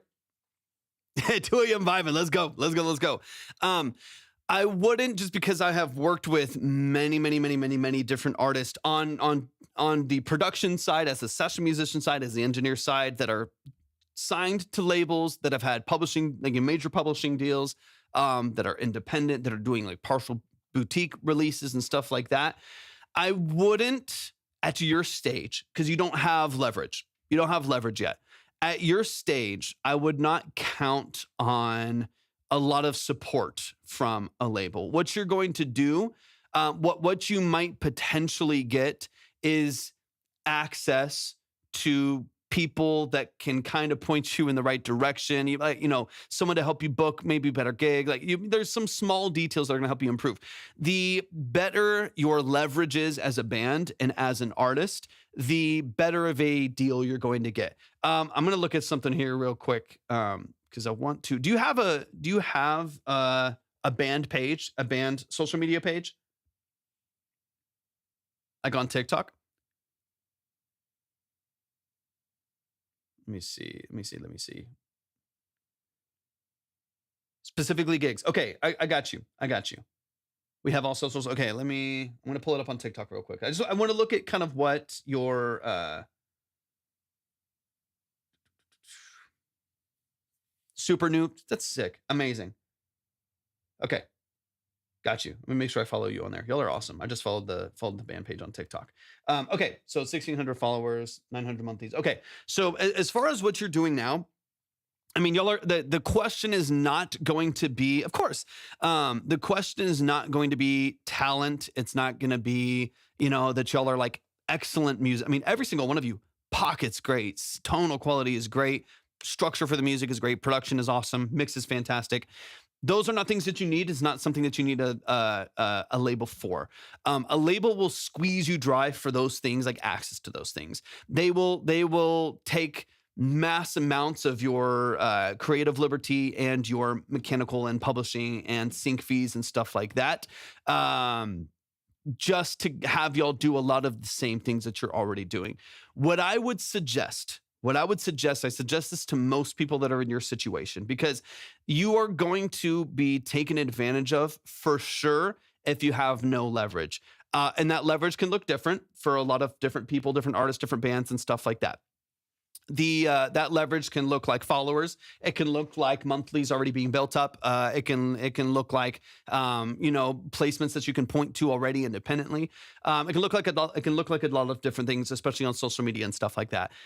If you don't have that, then you don't have any leverage, right? You can't point to any level of conversion or any level of like stream translation or any level of engagement to basically go to a label and say, look, we are a viable product. That's what you are to the label. We are a viable product, a viable investment, and you will get a return on this investment, right? If you give us X amount of money to tour, you get us management, you get us, merch, you get us all of these things lined up, you take care of all of these things, we have social media lined up and all this stuff's going well, you are going to get a return on that. That's all they're looking for. So if they're going to give you $25,000 or $100,000 and they're going to set you up to do all of this stuff, how much do y'all actually have to bring in actual like musical capacity and creative capacity for them to get that 25 back, right? So, or that 100 back, whatever it may be. It's gonna be different for everyone.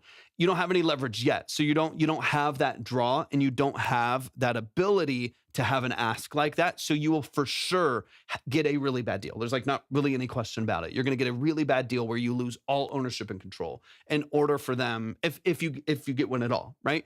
So my recommendation is all of your energy. We just feel it could happen. We have 20 songs on release.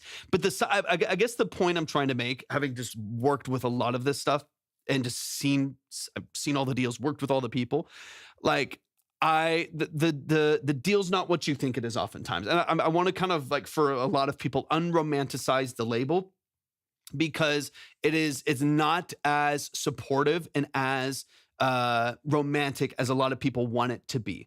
But also have a video for every song released so we can push the content and sound, but we just need a solid deal. What's up, Dan? Good to see you. I appreciate you. Line is on the other platforms that we're live on. Thank you for the heart me.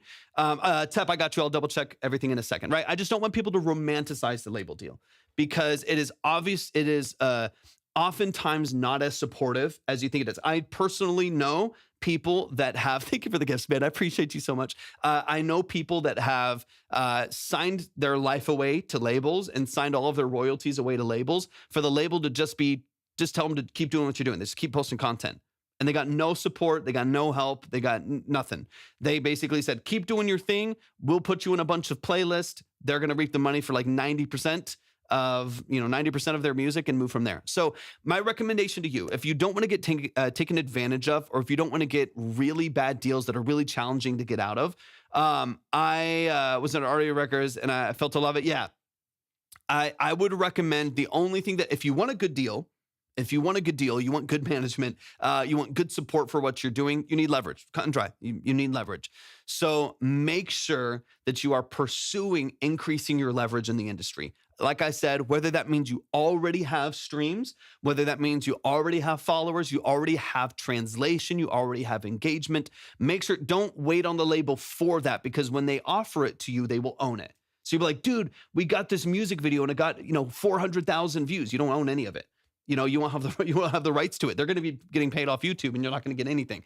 Like there's all of these things that are like, you got some exposure, but it's not sticking because they're not that invested in actually really getting into the nuances of that. Right. I don't have a lot of time to talk about this on here, but man, dude, thank you, Dan. I appreciate you, man. I try to do it as we kind of get into it. Right. So you need leverage. I personally know and have worked with an artist that they did what I'm talking about, and they built leverage first. They started posting. This is interesting. They started posting these. This is a funny way to do it. The same clip or picture. They cycled through a couple. No, you're fine, Ted. You're fine. They cycled through like 4 or 5 pictures every single day. Every single day, they cycle through the same picture or same post, and they just put different overlays and different titles. And I'm not saying you should do this, but this just as an example. And they did this every single day for like 3 or 4 months. Then just the same, lazy content on the same song, just and so they're posting 6 times a day, every single day, and just pumped it. Next thing you know, that song has 3 million streams, at least two or 3 million streams, 2 or 3 million streams. They got paid about $8,000. They recorded it, they produced it, they did everything. They got paid about $8,000 off that. And then Sony bought the song after that for another 30. And so I worked with this artist. I worked with them on some mixing stuff and some consulted on the record and a couple other records of theirs. And so on that record, because so he started building up a following. He ended up, I think, having like 20, 30,000 followers, started to get some traction right there. And then built up a song, and then the song. So he then had 20, 30,000 followers on multiple platforms. He then had a song with 2 million streams, 3 million streams. He had another couple with like 180,000, 120,000. Then Sony bought the singular song for $30,000 for them to place, right? But they built up credibility first, right? And they built up leverage first. If he just went to Sony and pursued Sony when none of that was happening, and basically said like, I promise this is good stuff, you're gonna love it, and you might make some money, they will just kind of either just pass over forever, because they're getting so many people vying for their attention and for their money, and for their part of the leverage. And in that scenario, he built leverage and he got it right. The band, etc. Yeah, 100%. I'm glad we are making this a current focus rather than the music, because it should be an item for other. 100%, West Coast. So, anyways, all of that to say, if you start doing after I made $10,000 a month, Sony publishing 100%. Everything that I have ever seen go well for any musician ever, period, ever, anytime, ever, has been because they created leverage.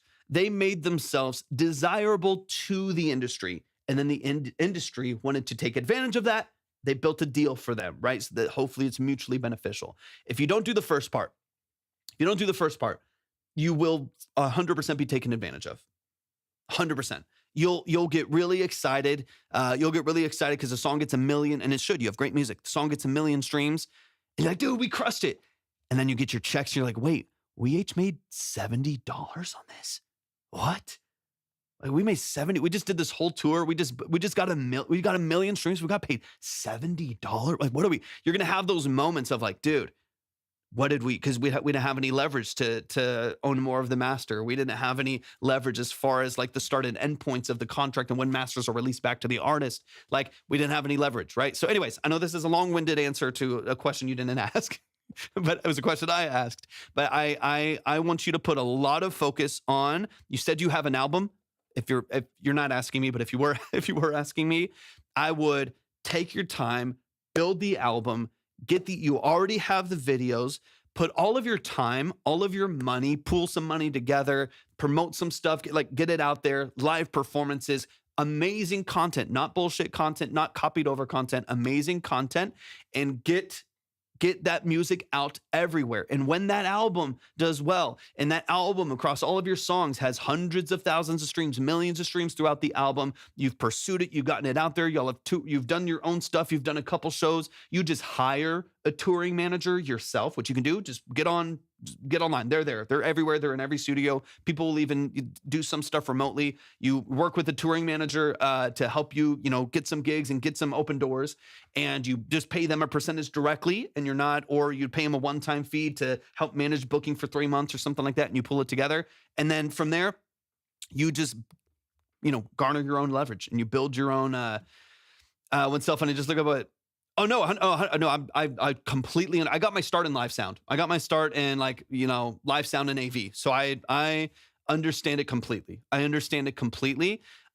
am urging you to consider that it is worth it for you to do less and pull things closer to you first and build what you have first.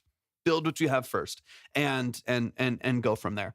Personally wrote music. I mean, because the reality is, Dan, thank you for the gifts, man. I appreciate that. The reality is, I know we're talking about shows, and we don't even have to go down that road necessarily. I know bands that have gone ultra. There's one on TikTok. I can't think of their name, but there's actually a bunch of them. I've probably seen 12 of them on TikTok in my limited FYP of hyper viral hard rock bands, metal bands, progressive metal bands on TikTok that have gone ultra viral. They're ultra viral. They're now making hundreds of thousands of dollars completely independently, self-produced, self-mix everything, completely independently. And they started just making their content and doing performances for social media in garages and in storage units. Like they literally worked with a company and rented out a storage unit and set up their speakers and everything in there and started posting content of them playing their music in the storage unit. And from there, synced it to their studio record. So the audio was perfect, but the performance is really raw and engaging. Mega viral. We're millions of views, completely independently.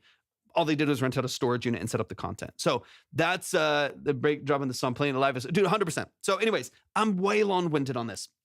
This is not even why most people are here. But for me, it's I hate to see an amazing band that could potentially get really taken advantage of just because there are certain parts of the process that might be more convenient with a label, but also you can get access through some other things, like a little bit more control. And I want y'all to go the long road. And I know a lot of people that get really bogged down and burnt out because they do too much early when they don't have the leverage, right? So let's say loosely, you sign to a label tomorrow and they say, now you're doing 200 shows, you're going crazy, but you really don't get much for it. You can really easily get burnt out and get really frustrated by the process when you're not really getting what you deserve because you didn't have the leverage up front. But yet you're being pushed by the label to make them money, essentially, because they own 87% of what you're doing. And anyways, so on and so on. Very, very long-winded answer. Let me I'm going to play really quick because the song is amazing. We talked a lot about that stuff. Yeah. So I know I'm saying a lot, and I know it's a lot of things that you weren't necessarily asking, but I hope it's somewhat helpful. And at the very least is a healthy pushback. That's all I want. That's all I'm desiring for this. Is just a healthy level of pushback, because sometimes you won't get it, because a lot of times on social media, you'll go into a live or you'll post something and dude, you should be signed. And you go to the next live stream or a live review, and they're like, dude, you should be signed. You should be getting sync placements. You should be like this. I have a buddy that's signed to Warner. I'm going to hook you up with my guy from Sony. And I'm going to do all these things. And there can be a lot of this energy around the label and not around the realistic expectations of what it takes and the realistic expectations of what is going to happen, if and when that does cross your horizon. To make songs that people relate to is super hard to do. Yeah, it's true. That's true. It can be. Okay. Seon, thank you for the follow. And I know I need to update the line here in a little bit too. So I appreciate y'all's patience. But to me, Dan, thank you, man. I appreciate you. I appreciate you. I'm like selfishly, I just want that little bit of pushback. That at least like have those conversations with the band. Thank you for the follow. Have those conversations with the band of like, hey, before we do that, before we make label North Star, what if we could make a lot of money without it? And that lot of money pays for lights. What if that lot of money pays for all these other things and makes all these other things happen? Like, what if we could do that independently? How would we do it? Let's brainstorm. Let's make it out. You have a good producer. You have a good videographer who did the whole video. So your producer is the videographer. He's phenomenal. Content's going to be easy for y'all. You can do a lot of stuff a lot of stuff vertically. It's going to be beautiful. So that's why I'm like, okay, sit down, have real conversations about like, what can we do first that gives us leverage, and then move from there. Okay. I'm ranting. I'm in a circle with my words right now. Let's run the last 45 seconds of the song, and then we'll move on to the next one. All of this to say, y'all are amazing. y'all are Silex, thank you for the heartbeat. Y'all are amazing. Y'all are phenomenal. Like y'all are so good. That's why I'm even talking about this, because most people, most people that come through here and like, dude, I'm trying to get signed. I don't even have to go into this rant because they won't be. let's be honest. Like most people come in and they're like, dude, I'm they're doing their thing and they're doing like, like Drake type beats off YouTube. And I'm like, and they're like, dude, I'm trying to get signed. I'm talking with the label right now. They have 218 followers with 3 posts. And I'm like, you're not going to get signed. you're not going to get signed. So we don't even have to have this conversation. Y'all probably will have these people eventually knocking on your door, especially as you do build more leverage. So that's why I want to have an honest conversation about it. So that hopefully, at least you can keep your ears perked up. You can keep your eyes open, and kind of really realistically see what's in front of y'all. Because y'all are legitimately awesome. I appreciate y'all. Thank y'all for the gifts. I appreciate that so much. So wake me up. Because this is awesome. This is awesome.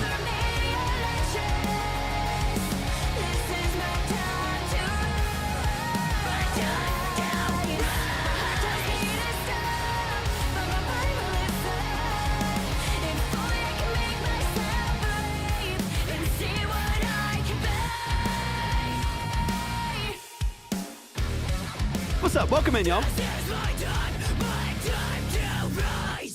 It's so good. It's so good. That's why I'm saying be careful. Be careful. Thank you for the music, Evos. I appreciate it, man. Thank you for the gifts, man. I appreciate that so much. I appreciate it so much. Y'all, please show some love and support to Lilac and Lotus. They are, the song that you just heard is out on Spotify. It's out everywhere. Go show it some love and support. Go stream it. Go add it to your playlist. Get them some leverage. Get them the leverage that we're talking about. Show them some love and support. Go follow on Spotify, all that fun stuff. Go do all that fun stuff. I need to make sure I follow you on there as well. Let me see. Boom. Followed y'all. Y'all are amazing. But please show some love. Also, show some love to Wisco right here in the chat. That's the amazing drummer that you just heard on this record as well. Kaza, thank you for the follow. So definitely show some love to Captain Wisco, who's right here in the chat. You're an amazing drummer, man. Cymbals they're crispy, they're open, everything sounds absolutely amazing, man. Absolutely amazing. Hey, sounds good, man. I appreciate you, man. I appreciate you tapping in today. Y'all are phenomenal. You got nothing to worry about on the music side. You just got to watch your back in the industry. That's all I'm saying. There's a lot of snakes in the weeds, if you know what I'm saying. So I love your music. I think y'all are absolutely fantastic. It's polished and it's professional. So keep doing what y'all are doing. Y'all give it up one time. Okay. Let me see. Let me know whose initials are CL really quick. Oh, that's you, Tep, right? CL as you? There's some snakes in the... That's true, Len. That's true. Get a good music lawyer 100%. Yeah, if y'all would like CL as you. Okay, perfect. Let me get you up there. I got everything in order. If you want to check the line, thank you so much, Captain Waves, or Captain Wisco. I keep seeing waves for some reason. Captain Wisco, I appreciate you so much. There's a snake in my weed. I don't know. I don't know if I can say that on TikTok. That's a horrible word on TikTok. All right. Tepno, I got you up on the board. Y'all keep an eye on the line. The line is over on the other platforms that we're live on. So if you're on the red app or the purple app, you can see the line on the screen the entire time. So if you know, so that you know if you want to move forward, you want to go faster, or anything like that. Extra, let me see. I don't think I have seen it. So let me just double check something real quick. So this was here. Is it MS? Is it MS extra tone? I'm just double checking here because I got to get everything in order. Okay, hell yeah. Amazing. Emmanuel, welcome in. Beans is in the building. I was going to myself as of our tips, so websites to use. You're talking about like a website to produce your music. Okay, Mike Lops. Mike Lops is you. Okay, so Mike Lops, you sent in. That the 10 is you? Sorry, I just get everyone's names and stuff are different, so I'm trying to make sure I get everything organized. Yeah, I don't think I've seen yours extra. I don't think I've seen yours. Destiny, is it Destiny? Thank you so much for the follow. I appreciate it. Okay, let me double check. I haven't seen that, but I'll double check my submissions here in a second. Okay, there's CL. MS is Myclops, I believe. Got you. Okay, so let me get Myclops on there, and then extra. I got you. I got to get everything in order. So give me a second to make sure I'm getting everything in the right space here. Myclops, I got you. Thank you so much. I appreciate that a lot. And Extra Tone, I got you as well. I appreciate you. So Extra Tone is actually going to be next for us.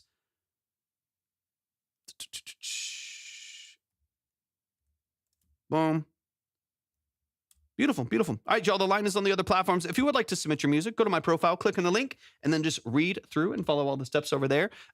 Keep an eye out on the line that's on the other platforms that we're live on, so you can keep it up over there and just see what's going on. Bill, I use Pro Tools.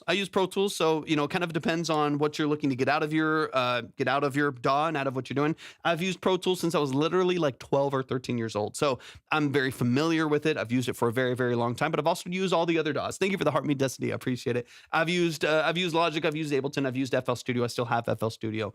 I've used Studio One. I've used Reason. I've done a bunch of different stuff. So for me, it's like it just depends on your workflow, depends on your bias towards production or tracking or mixing or some combination, and what is going to be the best. And then also budget, right? Like I spend $500 a year on Pro Tools, so that's a lot of money, right? And for me, it's a business, and so I can write it off and whatever. But Pro Tools is expensive. Ableton is expensive. FL Studio can be, but it also starts cheap. Logic is cheap. So, it kind of depends on some of those barriers. Do you produce more? What interface do you like? Are you doing more production, more mixing, whatever it may be? And then find a user interface that makes sense for you. And then stick with it for a while to be able to learn it. And then all of them will largely do what you want them to do. You can kind of do it all on any of them. They just bias in different directions sometimes and have some different tools and interfaces and stuff like that. Okay, let's get it. Let's get a couple things updated here. Give me a second. I'm trying to make sure I got everyone in order. Credit goes to Kachin. I'm checking. I got you. MS. That's Myclops. I got you. Let me get you updated as well. I'm going to push you up the line. Appreciate you so much, y'all. Thank y'all for tapping in today. If y'all want to submit, go to my profile. If you want to submit, go to my profile, click on the link, and then just read through and follow all of the details. We got Extra Tone, then we got Myclops, Craig, Sammy, and Tepno in the line right now. I got to keep going with the music, so I don't want to spend too much time. Let's keep it running. So we got Extra in the building. Extra Tone, I got you right here. Let me know what I can add or take away. Also let me know if I mastered it too loud. There's no such thing. So I already have an answer to half your questions. There's no such thing as too loud. It'll be regulated by the platform anyways. Unless you're squashing it. That's what I'll listen for. If you're crushing it and just soft clipping the shit out of it, then yeah, we'll address that a little bit, or just over compressing it. But you can't be too loud. You come in at -5 LUFS or something like that, and they'll just regulate it to -14. All right, this is "Don't Wake Me" by Extra Tone. Let's get it.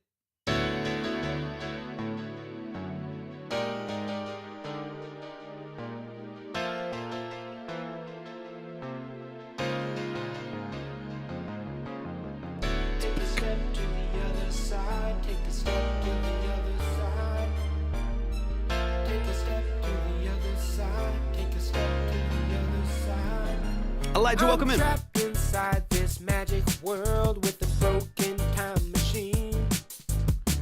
Blinking twice with the stunned delight because things aren't what it seems. I'm living it up and pick up the pace with my long lost memories. I never want to leave this place, so I throw away the keys. I'm saying now, don't wake me, don't wake me.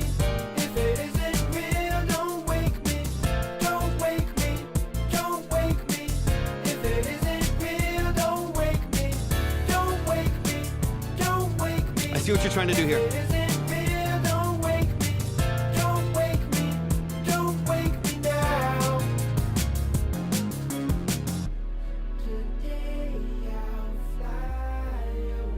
there's some scaling things we need to break down here a little bit within the vocal versus the production. Yeah, Daniel, if you want to submit, go to my profile, click on the link, and then just read through and follow all the details. We'll get you up on the board. Take a chance and you can dance face to face with your I like the saving bones of grace. this production, though. It's engaging. Snap like a puzzle. It keeps me locked in. That's good.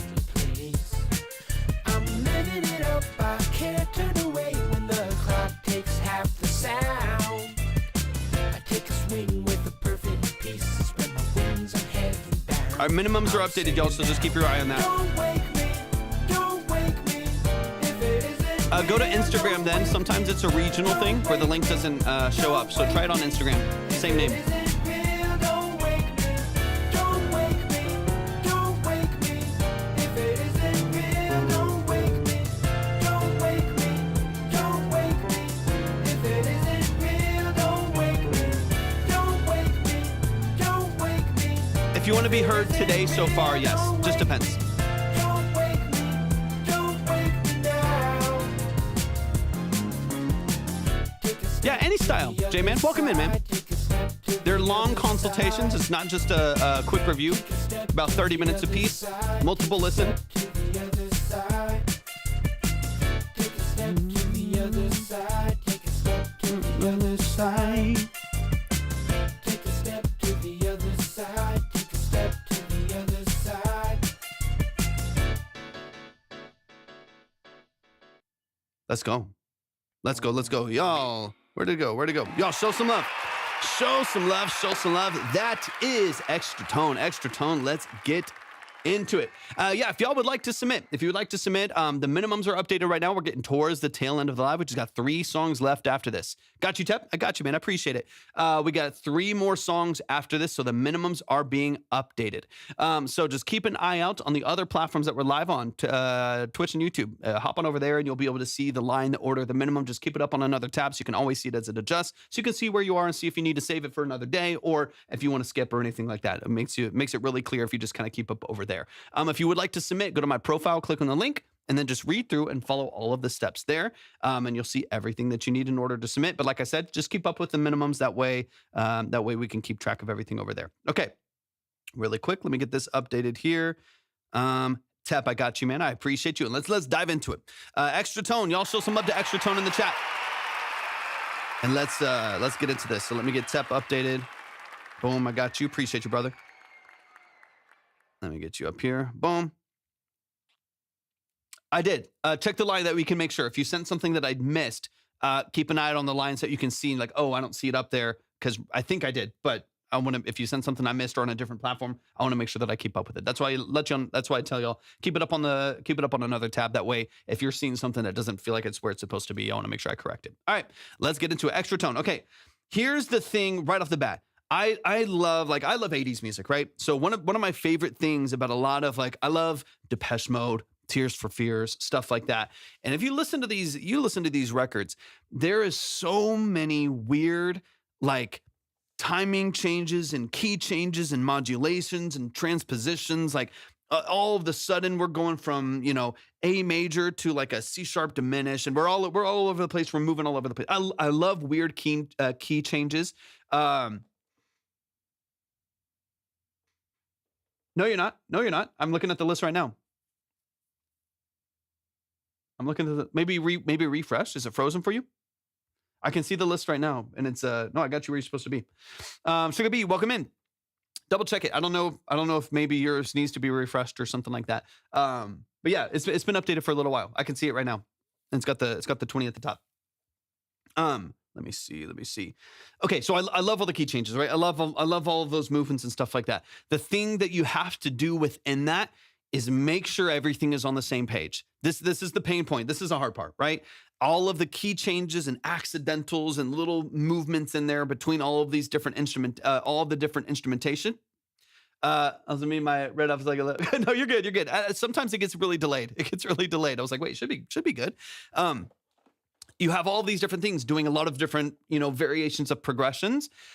and they don't always match and line up and point in the same direction. So you have like a bass doing something in one key while the piano moves up into another key, all while the vocal is maintaining a clean melody tuned to another key. So those are the things that I want you to kind of dig into. One thing you're not going to really be able to do here is auto-tune to a key. Okay. If you're going to have a lot of changes in progression, transpositions, like you're changing keys, accidental notes and stuff like that, that are taking a major, turning into a minor, and then moving to a diminish. Like if you're doing a lot of these transitions in your progression, you can't hold to like F sharp major on the vocal because it's not going to match 90% of the progression changes underneath it. So the vocal's going to sound out of tune half the time. And the bass is going to then sound like the sub bass sounds out of tune to the other synths and stuff like that.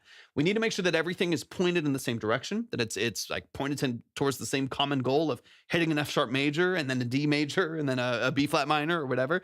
Greetings, front room. Good to see you. I hope you're doing amazing. If you don't have those things lined up, it's going to sound noisy. Stylistically, I love what you're doing. Sound design wise, I love what you're doing. So that's what I'm trying to I'm reading through the weeds here a little bit where I'm like, I actually really like your song. I really like what is happening, but they're not lined up. And those are the things that I want to line up to make sure that it makes sense for the listener and also makes sense in the way that you're processing, if that makes sense. So let's run it from the top. Let's dive into some of those details. That to me is the biggest pain point. It's loud enough. Everything sounds pretty wide and vibrant and punchy. I'm not mad at the mix. The biggest thing, and there might be some things we dive into, but the biggest thing for me is actually the notes that are being hit by the production. All right, let's run it from the top. That's the wrong song. Hold on. There we go. So even like right there, all of a sudden that dun dun dun moved into a different key, right? Because the piano, and I also love this like Korg M1, like nasty, bright early 90s, like electronic piano. I love it. Like I used to, I sold it a little while ago to get the DX7, but I had a Triton LE, a Korg Triton LE, and it has a lot of those, just like early 90s, late 90s, early 90s, just like tinny, nasty pianos. And I love it, dude. I love it. Front room, I appreciate you so much, man. Thank you for the love. Okay, let's get into this early. So I want to talk through really quick where some of these movements are happening, where some of these progression movements are happening.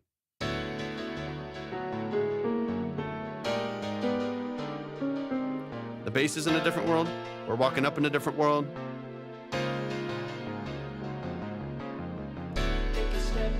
Yeah, like I don't actually know, like, because there's already within this first, that's the question that I have, front room.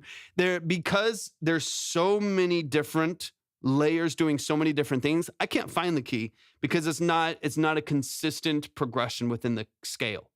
And then the bass does a different one, the vocal does a different one, the piano does a different one. I did a non-standard chord progression, 100%. But I think the key of yes. I think the thing for me is we need something to ground. I don't mind, no, dude, I don't mind, taking an F sharp, moving up here, and then moving to the major.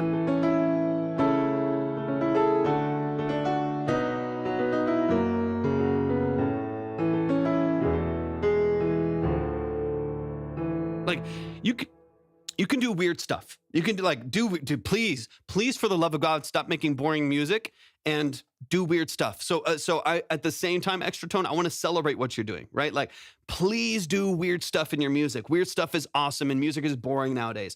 There's some great music out there, sure, but like music can be very sterile and boring and formatted these days. So do weird stuff, please, but within the weird things, make sure they're communicating with each other. It's like two people walking into a room and they don't speak the same language and trying to like understand each other. At least if you're going to do something interesting, make sure that they're speaking the same language. Make sure that they can communicate with each other. So when you do this piano, I love the non-linear progression that you have. Keep that. Choose one of these to follow though. Choose, because you have like 3 or 4 non-linear scales that are happening right now.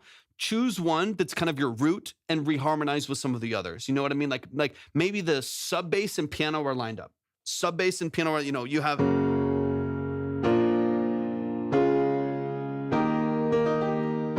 It's kind of weird. It's like, okay, don't do that. Don't do that either. But you get the idea of like, I'm going to follow like a major structure all the way up, even where it should be a minor. I'm going to do the B flat, do a major instead of the minor. That's a little weird, but I like it. Like, do some of that non-linear stuff, but then support that with this low bass. You have all of that energy down there, right? But that bass is like supporting the weird stuff. Right now, it's countering the weird stuff. It's distracting from the weird and just making it noisy. So this is where I want to like choose, like, the sub bass for sure needs to be lined with your progression, because that's the root of kind of this whole thing. That is the lowest frequency pocket you're going to have. So like your sub bass needs to follow, your sub bass in one element for sure needs to follow the same progression together. They need to move in synchrony and make sure that they are lined up doing exactly what you want them to do. If you want to float away from that with some other elements, do it, please. Dude, try some crazy stuff, be quirky with it, make it weird, but follow that. Make sure the sub bass is the progression that you want and it's matched with at least one other element, whether that's this big tinny, Korg M1 style piano in the background, almost like D50 style piano in the background. Get that, doing what you want it to do, but make sure like the progression and the bass is lined up at least. Get those lined up, still make them weird.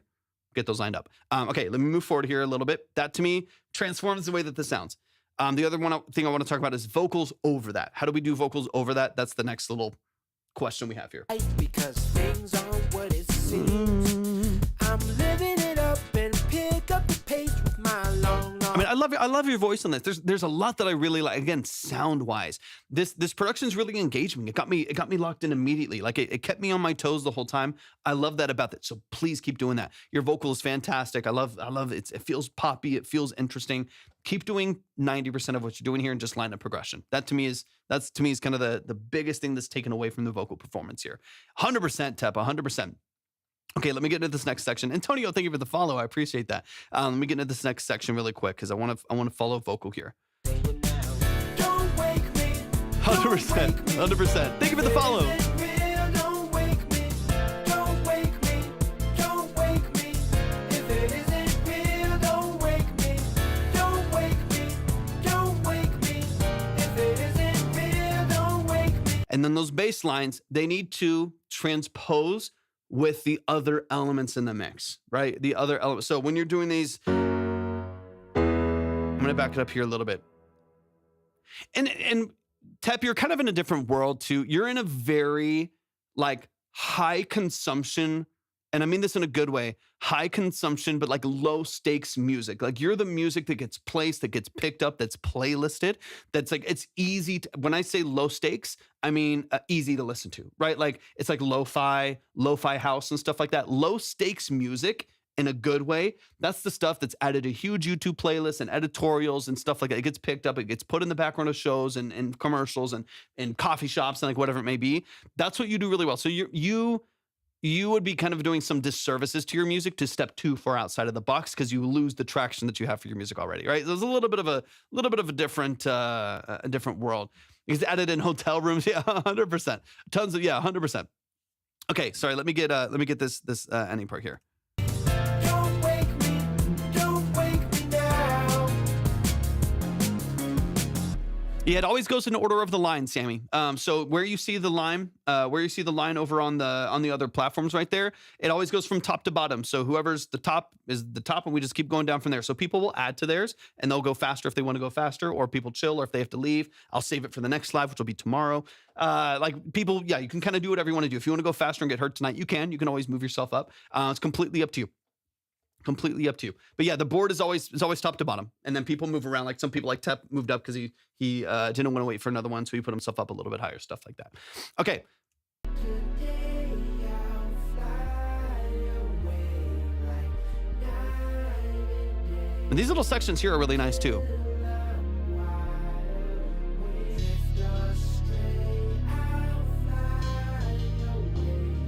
But then you move in, dun, dun, dun. Like once you move up there a little bit higher, then we fall out of the key for a second, and then we lose a little bit of that energy again, right? So for me, get the bass lined up. Get the bass lined up, and then if you want to float away. Now, last thing I'll say here really quick.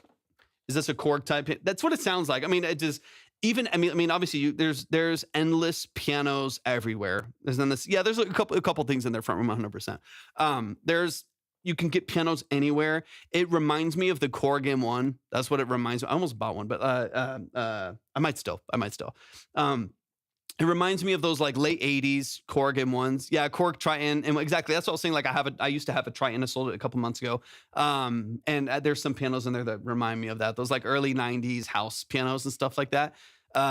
MIDI piano with a lot of low and mids cut off. Yeah, it's just thin, it's bright, it's snappy, it's punchy, consistent velocity. It makes sense with a little shimmer, a little pad over the top. Face to face with your saving grace. Yeah. It makes sense. Hear a snap Drives, thank you for the hat and mustache. I appreciate you so much, man. Thank you for that. like a puzzle piece and watch it all fall into place. I'm living it up, I can't turn away when the clock takes half the sound. I take a swing with a perfect piece. Love the low octave. Heaven bound, I'm saying now. Sammy, you're up late, man, or early, however you want to see it. Don't wake me. If it isn't real, don't wake me. Don't wake me. Don't. Okay, here's the other thing I want you to keep in mind.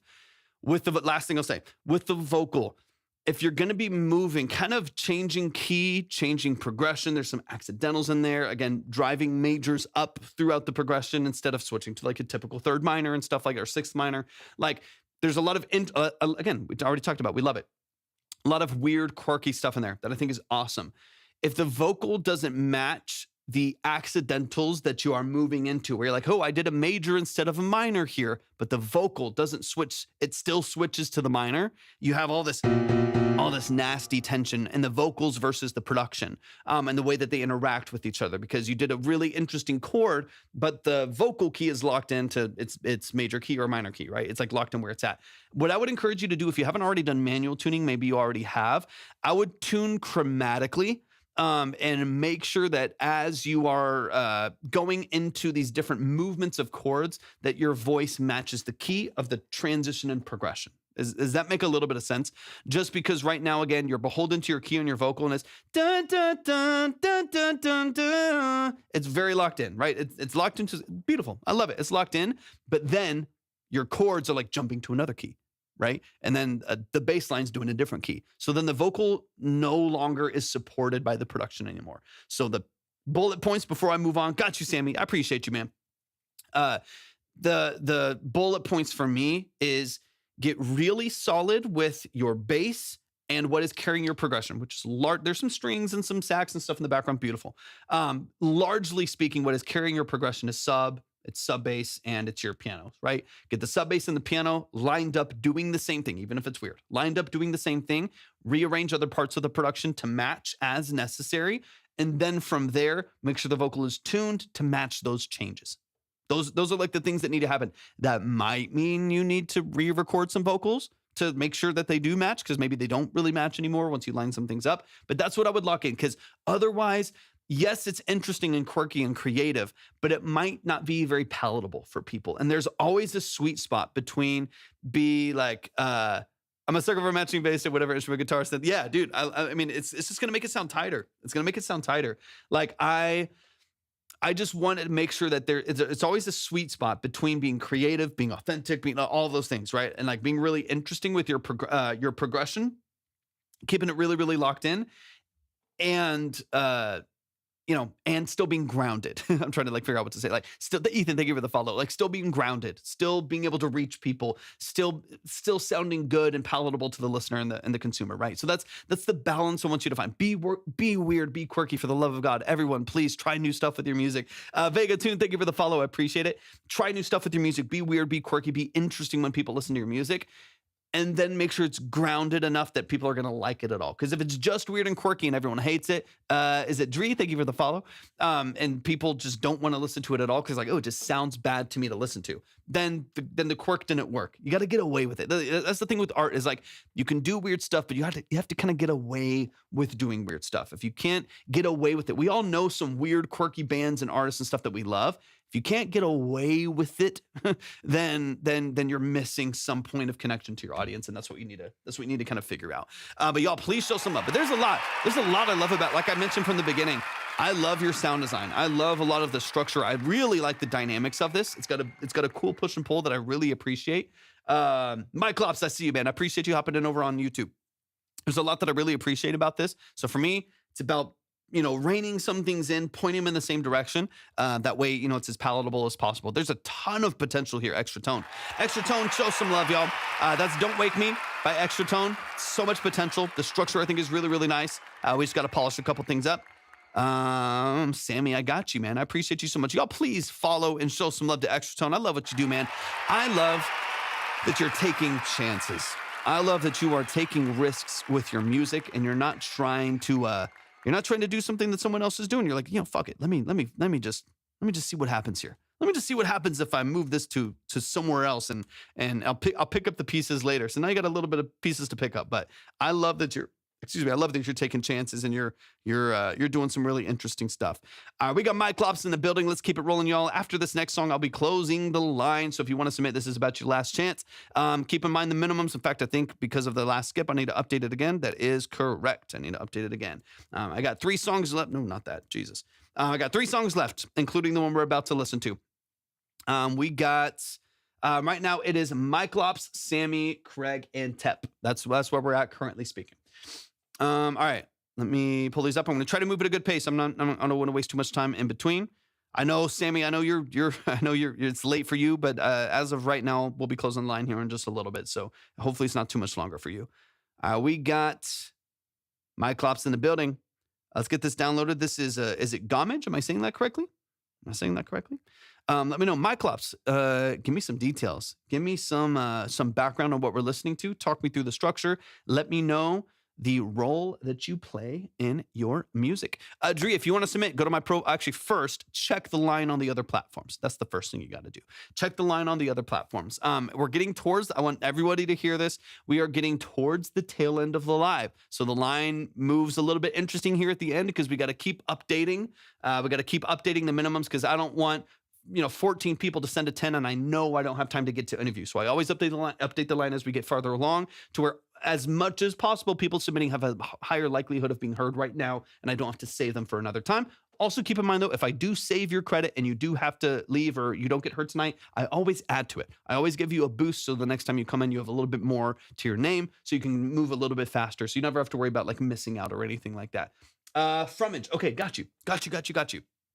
Phone died. Okay, got you. I see you. So if you want to submit, you can. I'm closing the line after the song, though. So if you want to submit, you can go to my profile, click on the link, read through all the details, but please check the line first on the other platforms. Same tune, same.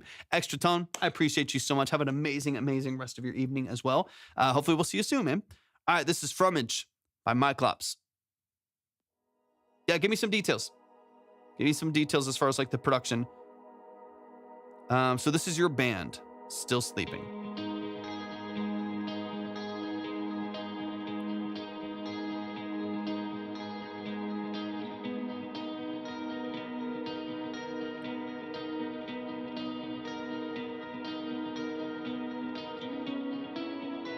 Good tone.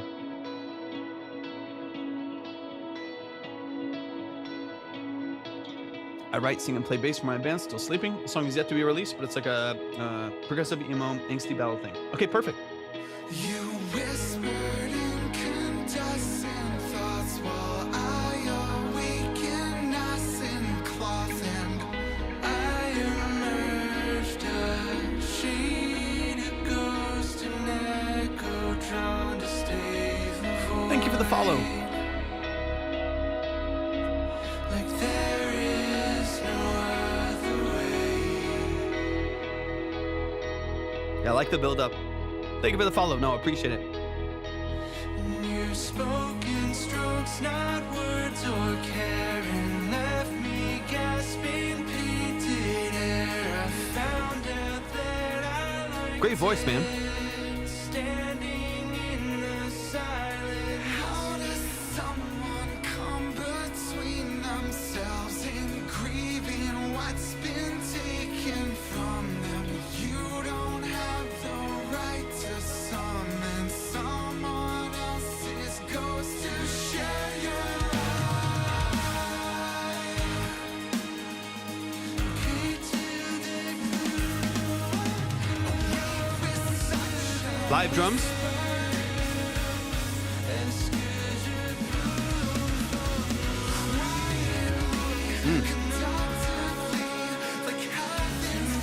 Great delayed hit.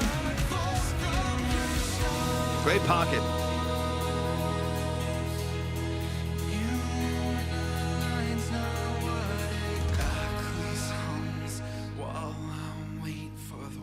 Beautiful. Great dynamics. Stevenson, thank you for the follow. I appreciate that.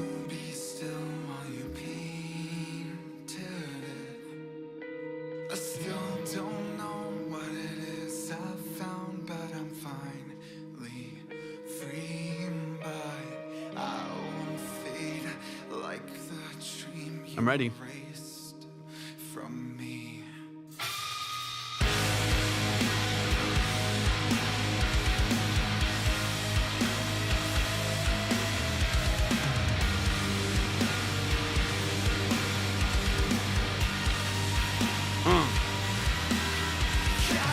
Are you in Maine? Mike Lops? Is that where y'all are out of?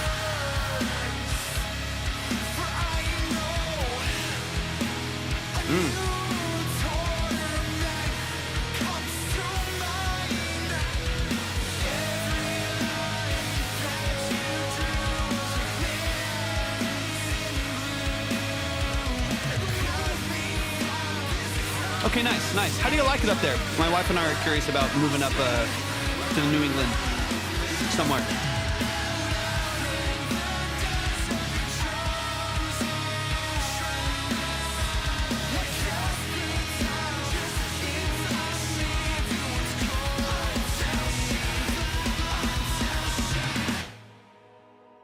Crazy dynamics. I love it. So good. Yeah, that's what we've realized. Great fry.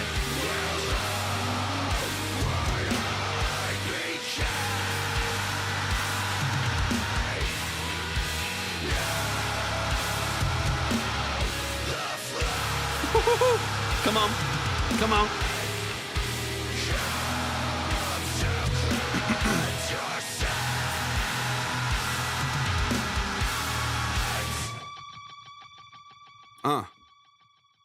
I love it, man. I love it. Y'all, please show some love. Thank you for tapping in. I appreciate you being here. These are 20 to 30 minute consultations. They're really detailed, long form breakdowns of the structure of your music. So yes, it is. Tep might be trolling. We are giving feedback on music, but it's not a quick review. They're about 20 to 30 minutes per song. They're long, they're detailed. We listen to your record 2 or 3 times. Sometimes Tep doesn't know when to stop trolling. But yeah, it's a detailed, long form breakdown of the structure of your music. Usually takes about 20 to 30 minutes long. Y'all, please show some love to Mike Lops. Show some love to Mike Lops. That is Fromage by Still Sleeping. This is beautiful, man. It's really well done. Musicianship is phenomenal. Great structure on the percussion. That's your voice, I think you said, right? You're the singer, writer, and playing bass. Beautiful voice, man. It's so good. It has so much texture and character. Great fry screams at the top as well. Natural transitions and push right there. Like great vocal compression. It sounds awesome, man. Sounds awesome. Let's dive in from the top. We're gonna talk through a couple details. But yeah, man, this is very. We've heard some great music today. Really good music today. Let's get into it. Love the dynamics as well. The build early on, it almost has this a little bit of like shoegaze, like halftime, slowed down, reverberated, open feel that I really like. Now, obviously, this is pretty popular in a lot more like modern progressive metal and stuff like that. We hear a lot with like a lot of the modern progressive rock bands. But this early part right here, I really love how open it is, how just it's got a lot of ethereal, like vibrant pads and synths. I love it. It's really nice. Yes, they are paid submissions. They're paid consultations. And we're getting towards the end, so they're a little bit higher right now. Right now, the line starts at 20 just because we're towards the very end. You still can submit after this consultation, though I am closing the line. So if y'all want to submit, this is your last chance to do so. And again, I'm taking just like 2 more songs after this, just so y'all can kind of keep that in mind. All right, let's run it from the top.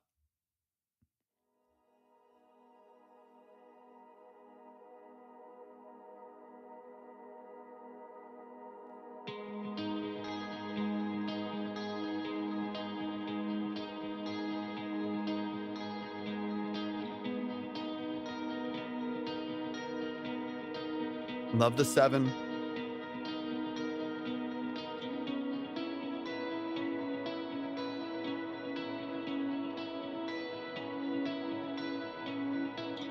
It's beautiful. To be honest, this alone right here. I don't know how much. Again, Michael, I haven't seen your page or anything. I don't know how deep into the content and stuff you are yet. Just this early intro is great for content. I mean, this is great for like aesthetics. This is great for like drone footage of scenery on YouTube. This is great for so many things. Like there's a lot of potential, even just with little parts and pockets of the song and their transitions. That's really, really good for content. So I hope if you haven't already that y'all are digging in deep soon when it comes to building out the content. Like I see stuff all the time, like especially y'all are Northeast. I see content all the time of just like footage of people driving through like the Pacific Northwest. And contents where, dude, I feel that. I mean, I'm 32 and I live half of my life in front of screens on social media and stuff like that too. Like it can be challenging, man. I get it. It's not easy to do. I'll give you my tip, and we talk about this all the time. Y'all have heard me say it a million times. When it comes to making content, do what's scalable for you and do what is natural for you. If you branch too far outside of that, it feels forced, it feels try hard, and it doesn't always make sense. So what I usually recommend is people like look around you, look at your environment. Like I was talking about scenery, look at your environment, look at your job. How can you integrate, like if y'all have different interesting jobs and whatever stuff, as a band, what does that aesthetic look like? And see how you can create content that makes sense within that. You know, if you work in an office, how do you integrate the office into like music? If you work in construction or whatever it may be, right? If you work out of the Bay, like what does it look like to like integrate your content into something that feels very natural for y'all? And that to me is kind of like I'm gonna throw this out there as like a random idea, but what if like this sounds stupid, but what if literally all of y'all like you literally got a crash cymbal, a kick, and a snare. You put an amp, a bass, and like you with a guitar and a microphone. You all went in like a small boat out in the Bay or something like that, and y'all were like you had someone in another boat like taking video literally of y'all like playing the song on this little boat. Sounds stupid, right? But like literally like playing the song on this little boat and then sync that and like have it on the click track, and you're playing it to the song that's already recorded because you're not really actually playing everything, and then sync it to the actual recorded audio and then promote it. Like stuff like that. This is again, like you're just like, where do I live? What do I work? And have thought about how to work that in. No, literally. I mean, I know people that have gone viral literally just saying like, hey, I'm stuck in a cubicle, but you would never think this is the kind of music that I make. You know what I mean? Like I know a guy who's a heavy, like hard style EDM DJ. Like he does festivals and is like, curating playlists and stuff like that. But he's like an accountant, works like at a boring cubicle. And so he literally started making music or literally started making content with his Apple headphones in, playing his songs. So he's like on the video, obviously his content is playing his songs. And then his like tag over the top is literally just like, you'd never know, stuck in a cubicle, you'd never know that I produce music like this. And it's some crazy sounding, like dubstep mix or something like that. And it's just, and he went viral and he's posted hundreds of these videos like that. And so there's so many ways that you can do that. Like if you work in HVAC, you do anything, you'll all have random different jobs. Find a way to do something that is like scalable for you, that you can do at mass. So you can post a little bit every day or every couple days and see what kicks in. But I understand. I mean, most people that are getting into music in their late 20s and 30s and stuff, it's like now you got jobs, you got families, like stuff like that. It's a lot different than being 16, and like just like firing up TikToks and doing trends and stuff like that. There's just a lot more you got to figure out. So the thing that I've seen work is do what feels natural, feel what like is like this is going to be somewhat comfortable. It's going to stretch you a bit, but somewhat comfortable for you. But also give you some, give you some tools to kind of work with when it comes to building content. I don't work anywhere. I'm doomed. I'll get a job and just do TikToks like that. Rent an office space. You could, Tep. You could. And it's, I mean, like, I know Tep makes money in music. So it's like, it's same for me, right? Like all of my job is just music. That's what I do. So I'm horrible sometimes with my own content because my content tends to be just about what, builds my business. So every time that I post like a cool synth video, people hire me to play synths on their song. And it's like, that's typically just what the turnover is. But when it comes to like promoting my own music and stuff like that, it's a different story. It's a different world, and it requires a lot more specificity and a lot more intention that I just don't have the energy to give to it. Anyways, all of that to say, full circle, all of that to say, you have a lot of great moments in the song that are great for content. I think you could literally like post this, and it's like it's literally just like you work like videos of you doing the HVAC install or whatever it is, like something that might be perceptibly boring. and you just make content to this, and you make content to this part of the song over and over and over. Just like every single day, you set up a camera. You could batch record a lot of this. Just every single day, you set up a camera and from far away, and it shows you installing. I don't know exactly the ins and outs of what you do, but it shows you installing an HVAC system, or shows you like doing something with the ducting. It shows you doing something interesting, right? Like, or not even that interesting, but then the overlay is what is the hook. The overlay is the hook, right? Like the text that you have over it. Your music is underneath it. This song, once it's done and released, big part there, it's already released. When the song is released and it's out there, then you have this as your sound. You just select it as your sound every single time. Other people might use it as their sound, and then it gets some traction and it gets put out there a lot more. But the overlay of, POV, you're stuck doing HVAC, when you're actually like the next up and coming rock band or something, whatever. That's not even that good, but something like that, right? That can kind of draw some attention to what y'all are doing. And then you post that every day for like a month and see what happens, see what clicks. I'm a guy named Sleep Club. Go check his TikTok. And the music is like yours. Maybe not tonight. Maybe not tonight. We're about to get closed up after this one.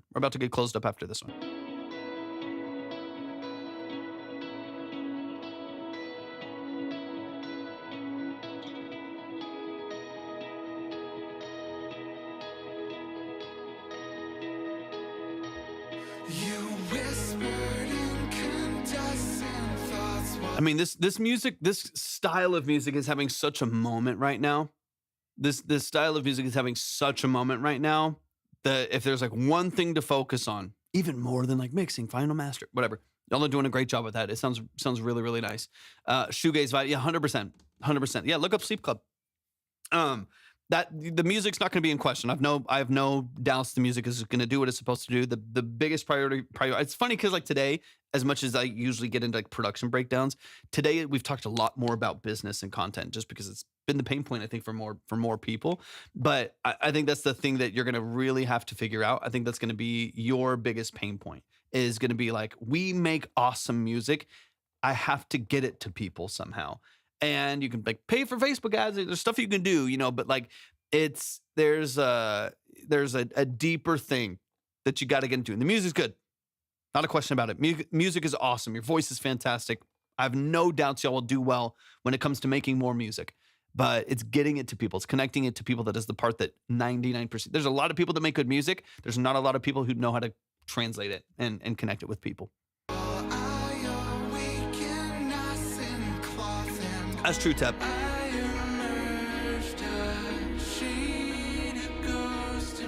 Beautiful. Ash, welcome in. Like there is no other way.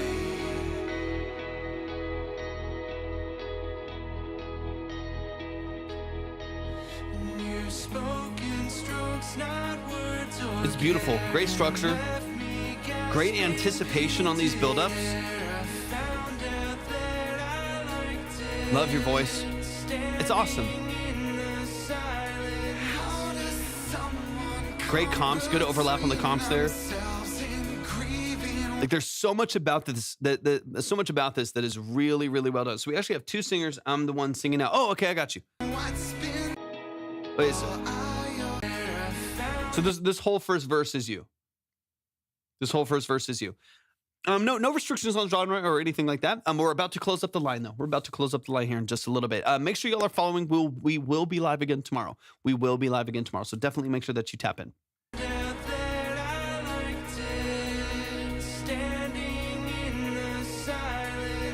does someone come between themselves and grieving what's been taken from Great build up in the dynamics here. Slowly building in this pulse on the bass.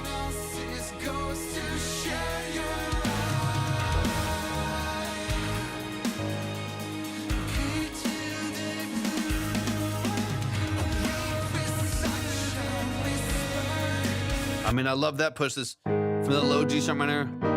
The nice little like augmented chord here as well. Like y'all do a great job of things being like really consistent, like just like really holding on the G sharp or holding on a little bit higher as well, to just walking through these augmented chords that are like they build all of this tension, all this life in the lyrics and stuff like that you wouldn't have otherwise. It's really, really, really well done. I like it a lot. and we trade off. I have a little bit smoother of a voice. Okay, were y'all trading off in the first verse? Were y'all trade? Was there a trade? I heard the overlap in the comp. I didn't know if that was different vocals. If y'all are trading off in the verse, those are very like similar profiles to the vocal. Maybe small variations, small difference, maybe. But if that's two different people in the verse, that'd be pretty crazy. We were every couple line. Dang, I don't even know if I realized. I thought it was just a different vocal take, like a different. I mean, it is a little bit different. I thought it was just like a vocal comp. That's why I said that. I thought it was just a different vocal comp, like overlay right there of like switching to a different vocal. I didn't realize it was a different vocalist overall. That's killer. Yeah. I mean, it sounds beautiful. It's a really similar profile. Different voices, obviously. Like that's why I thought it was a comp. Very similar voices though, that they present themselves really clean in the mix. Who's doing the fries later on? You whispered in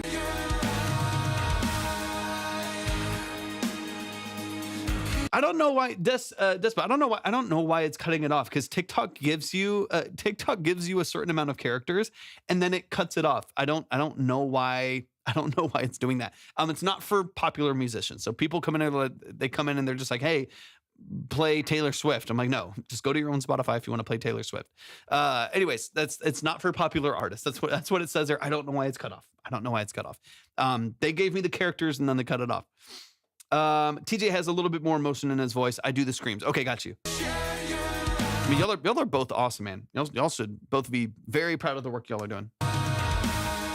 Drums, mix on the drums is gross, nasty. Love it. It's so good. Little ghost notes underneath. It's a really nice wide open mix on the drums. Great panning. Like, I love it. I love whoever engineered this. I think you mentioned him before. I love the guy that engineered this because he engineered it drummer perspective. And that's the only way. It's the only way to do it. If you're engineering audience perspective on your drums, you're crazy. You have to be a sociopath to do that. I'm making that up because obviously there's a lot of people that do, but I don't know what maybe it's because I've done drums since I was like 4 years old. I played drums and I've mixed a lot of drums. Like I can't stand it for my brain because I've sat behind the kit. I can't stand when drums are panned audience perspective, where the toms are backwards, then sitting behind the kit and going, top tom left, mid, slight right, floor tom all the way to the right. Like, to me, yeah, drummer's perspective only. I can't stand it when it's audience perspective. It drives me nuts. Kevin Billingly. Yeah, dude, I love it. I love it. Anyways, it's great, phenomenal mix on I love the mix on the drums. It's crispy, it's punchy, it drives beautifully. Ali, thank you for the follow. I appreciate it. Thank you for the heart me as well. I appreciate that a lot. Yeah, beautiful mix on the drums. Absolutely love it. Bass is beautiful.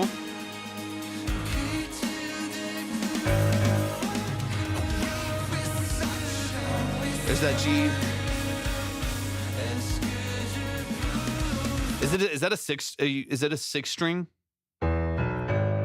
If you're dropping all the way to the G, you must have a low six string, or unless you're detuning with like a really heavy gauge. But if you're dropping all the way down, it's got to be some heavy low. Love it, punchy. It's got a ton of energy to it. Thank you for the donut. I appreciate that. Thank you.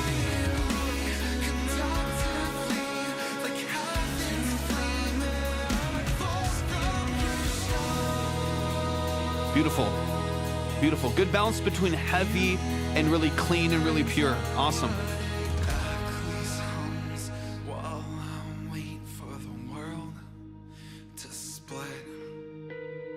I was told to Love those chords.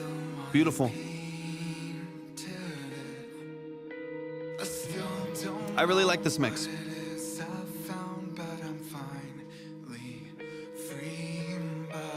Really quick, is it Manic Reina? It is at the link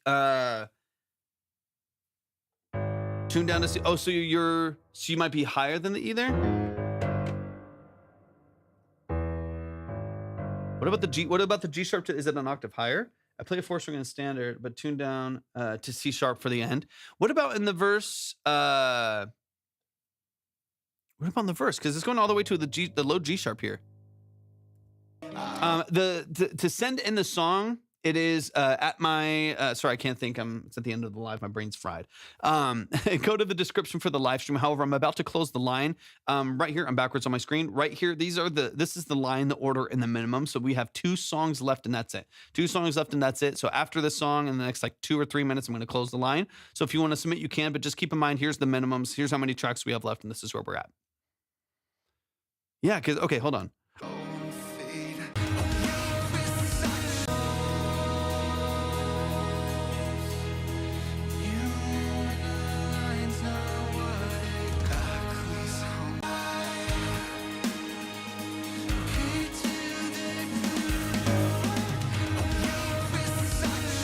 Maybe you're an octave higher than I'm thinking, but it just sounds a lot lower. Maybe it's just maybe the distortion and the compression on there is playing tricks on my mind. But I could have swore you were an octave lower than I think I'm perceiving on that bass.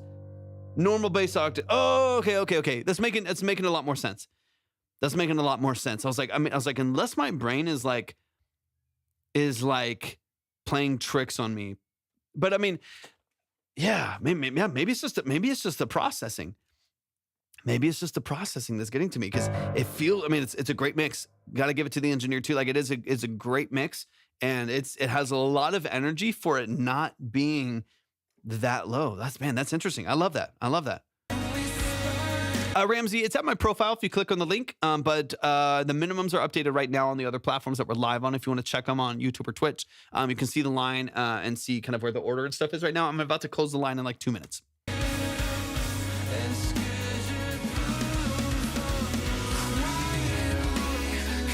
Yeah, I was going to say it's got to be something because I'm over here looking at my 4-string bass. I'm over here looking at this bass. I'm like, how can you do that?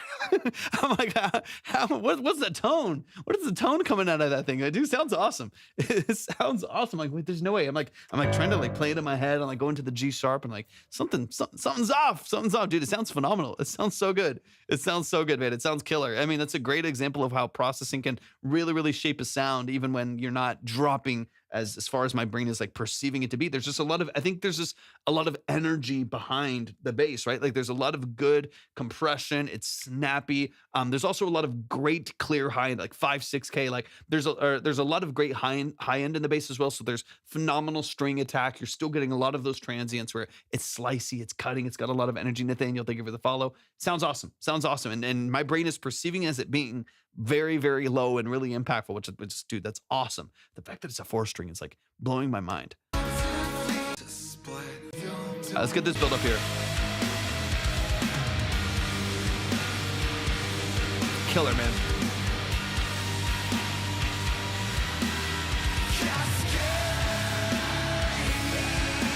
Heavy double track.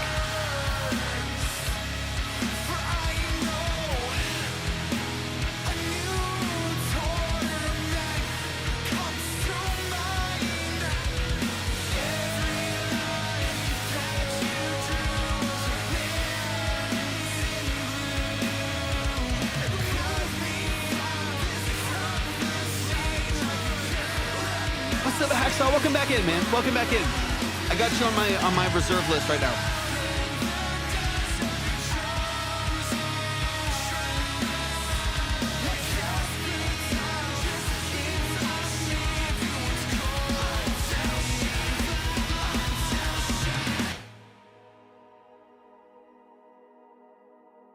Love the dynamics here, man. It's so good. It's so good.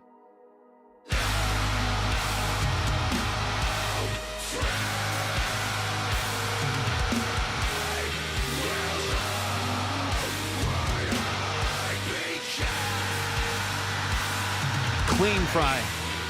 Super direct. Super emotional. Mix is beautiful. Come on. Great dissonance and tension in the guitars.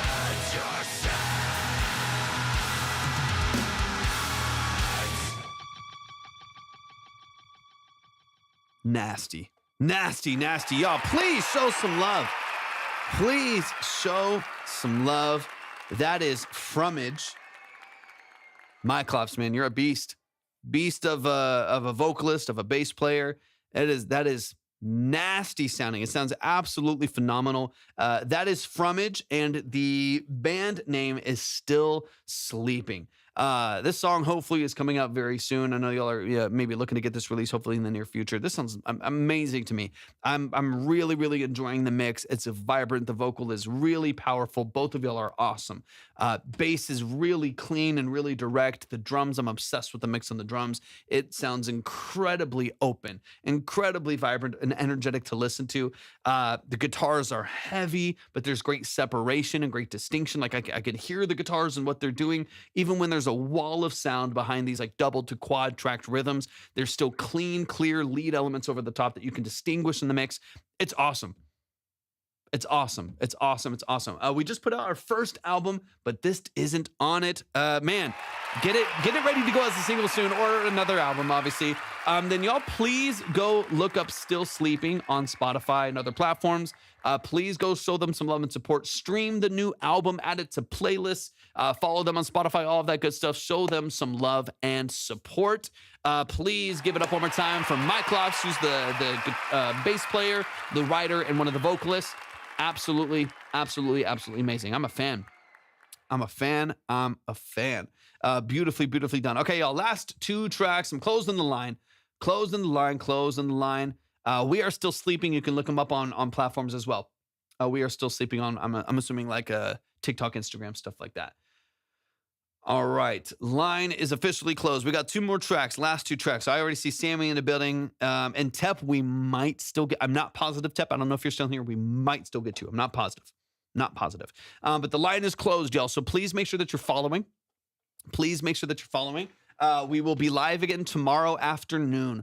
Alina, thank you for the follow. I appreciate it. We'll be live tomorrow afternoon. Turn on notifications. We're live on TikTok, YouTube, and Twitch every single time. All of these VODs are saved over to YouTube as well, so you can see everything and run it back if you need to. But yeah, we'll be live again tomorrow. These are our last two songs. We got Sammy and Craig currently, but maybe we'll get to Tep. I don't know if Craig is still in here. Yeah, if you send another 5, you'll for sure go. If you send another 5, then it's closed at you and Craig. I'm sorry, you and Sammy. My bad. Yeah, because right now you're under another 15, just timing wise, because they sent it in first. All right, let's get it rolling. Get it rolling. Sammy, give me all of the details. Let me get it pulled up here. Give me a sec. Give me a sec. Give me that. I'm definitely not on the same level as the other songs we heard. Hey, no worries at all, Sammy. No bias here for that as well. I got you right here in my room. My name is Sammy. Would love some feedback on this from drums, the vocal sample, and anything. All right, yeah, give me some details really quick on the role. I think you said you did all of this, right? I think all of this is you. So give me some details on the role that you play in your music. Let's get into it. Last two tracks. Beautiful, beautiful. All right, this is In My Room by Sammy right here. Any details you want me to know, let me know. I hear the sample.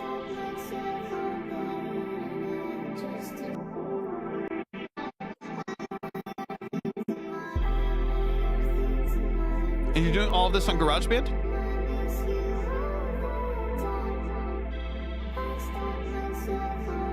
Got you, Tep. I appreciate you, man. I got you. We'll close it up with you. Okay.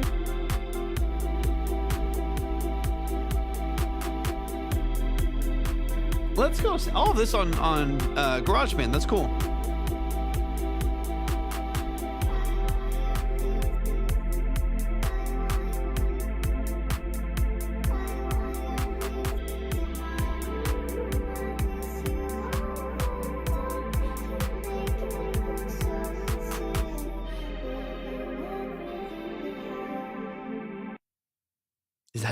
Is that it? Short and sweet. We got an early demo. All right, let's get into it. Y'all, please show some love. Sammy Beats right here in the building. Sammy, let's get into it. I'm excited. You have a good foundation. We're going to build on it. Let me know your plan. Are you wanting to be more in the electronic DJ remix space, or are you wanting to like make beats for artists? They're a little bit of, I mean, they can be similar worlds, but they're a little bit of two different worlds. And of course, you can always do a little bit of both. Not finished all. Yeah, 100%. You can always do a little bit of both. But what do you want to do? Do you want to do like electronic music? Is that kind of like the, instrumental electronic music, pulling samples from popular songs and flipping them on SoundCloud and YouTube and stuff like that? Probably a bit of both. Okay, with this song, what's your vision? With this particular song, obviously this is a popular song that you're sampling right here, so that's you can't really release it as is. You can do it on SoundCloud, maybe a little bit on YouTube, although it will be it'll be copywritten on it'll be claimed on YouTube. So there's some things to kind of keep in mind just because it's a very popular song and it's not really edited outside of pitching and some pacing. They'll still probably pick up on it. But let's run it from the top. Let's get into some of the details. But yeah, let me know if you kind of see this as more electronic. Okay, cool. I'll keep that in mind. That's kind of what I'll imagine here as far as breaking down the mix on this.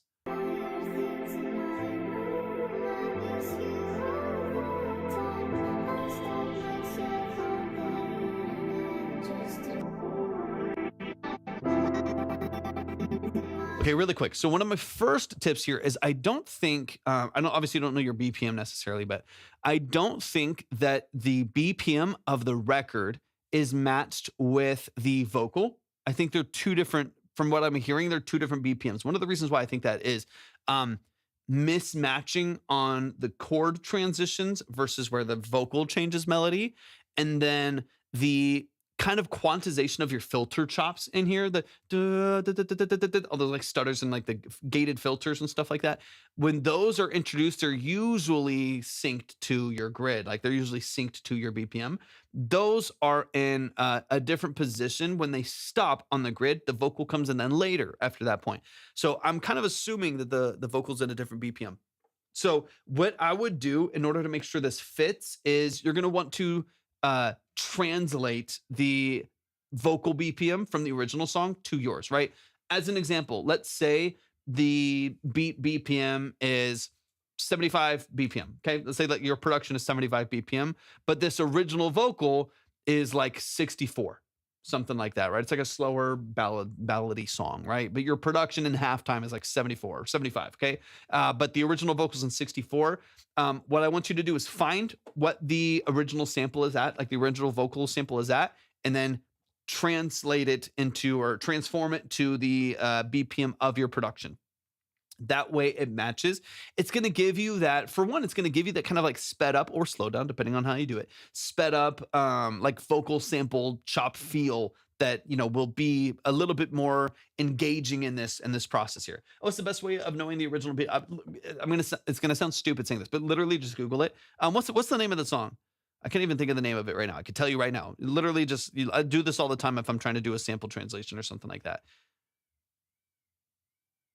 I can't even remember the name of the song. I know I've heard it just because it's on TikTok everywhere.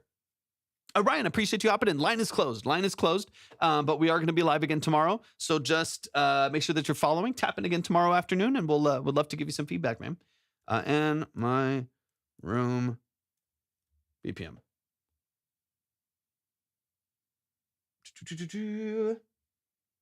160 or 100. Well, let's see, 158, 80.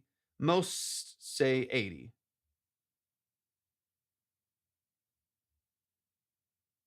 Let me see. Well, there's a bunch of in my room, so I'm trying to find the same one. Thank you for the follow, man. I appreciate it. Yeah, 80. What's up, Wubsy? Good to see you, man. I hope you're doing all right. Yeah, I think it's 80, right? From a TikTok cover, though. Yeah, I mean, you can. I don't know. You're in GarageBand, so I have plugins. Antares has a plugin. I think Waves has a plugin. It's Beat Detective.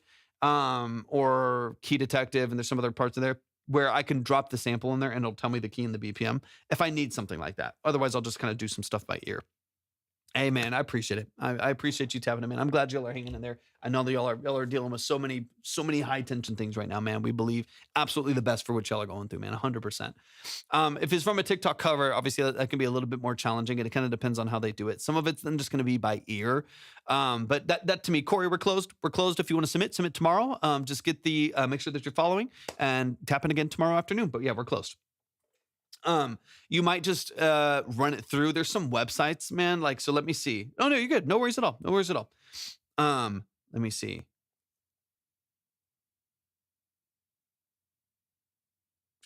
Yeah, 100%. And it's also saved. The video saved too. I want to be helpful too. Honestly, just look up BPM Detective, something like that, right? And then drop the original sample in, something similar to that. And then chop it according to the beat. So then again, if the beat is at 70 BPM and the original is at 80, you're going to slow it down to 70 and it's going to be a little bit drawn out and pitched up, or you could even double it and go faster, however you want to do it, right? But just give, go Google like a beat detective or a BPM reader or something like that, or a BPM analyzer, and then just drop the file in there and it'll spit you out a number. It's at least close. But that's one of the first things that I hear. One of the first things that I hear is the rhythms aren't matching up, right? The rhythms aren't matching up. So there's inconsistency between like the beat itself and then how these vocals present this. I'm not getting that.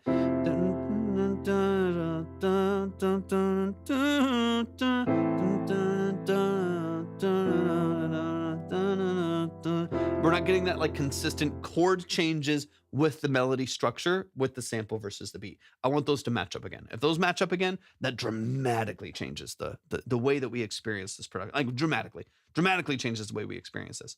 And your chops. And your delays, like those chops. Thank you for the follow. All of those chops are to the BPM of your production. Those delay tails, those like stereo delay tails, filter delay tails, those are all to the BPM of the production. If none of that matches what the vocal's actually doing, everything's gonna feel kind of disconnected, right? So if you can line that up, dude, you'll be solid. You'll be solid.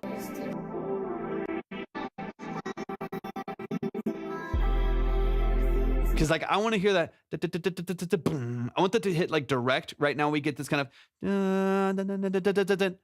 boom, and it kind of hits like a count and a half late. So you get this like delayed hit going on right there that doesn't match again the rhythm of the vocal. Try to get those like automations and those effects and everything to like line up with your transitions and your chords and like on the grid. That's going to help a lot with this feeling connected. Because again, I hear those transit, I'm like, ooh, something's about to happen. The bass is about to come in, whatever. There's going to be a drop, but then it like happens, but then it stops.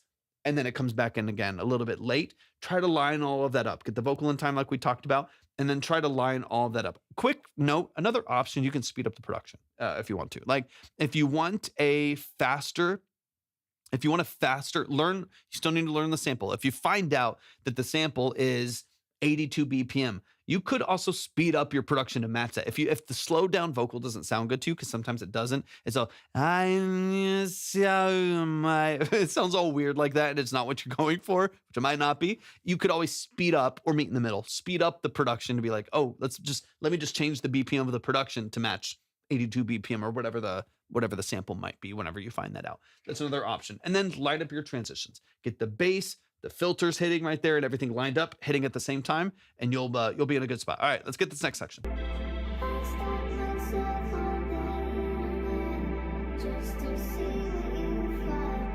Let's go, dear. I love to hear it, man. I love to hear it. I got you, Hack, and I'm gonna add more to yours. I already did actually, Hack. Let me see. I have you on the list. I already have you on my list here. I added another 5 already, so I took you from 10 to 5. And so I can, anytime I save y'all's credit, I always try to add to it. That way I can keep boosting on the board. Every time you have to wait, you have a higher likelihood of getting played the next time. I try to keep making sure y'all have what you'll need, so you can kind of keep moving up the board just in case it gets skipped a little bit higher and stuff like that. So let me go ahead and do that for you right now. So you actually have 20, you already doubled yours. I already doubled your credit from last time. So you got 20 waiting for you, man. I appreciate it. I appreciate your patience as well. Let me know about what it was well when you could. Yep, I got you, man. Appreciate you. I appreciate you. I'm glad it went well, man. That's amazing. I've been struggling to match. Okay. Of course.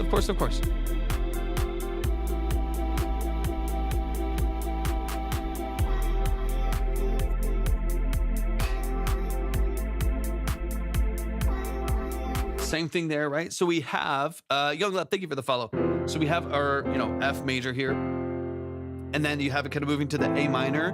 What happens in the background, we were talking about this a little bit with one of the other artists, where the bass changes progression. So the bass is like moving to some different chords, but then the pad that you have, like the like almost like F7 that you have in there, that it's like a synth, that synth pad in the background, it doesn't move with the other chords, right? So the bass is like here, and then the bass kind of goes, and this is like still here, and then like one moves to a different one, and they start kind of disconnecting a little bit.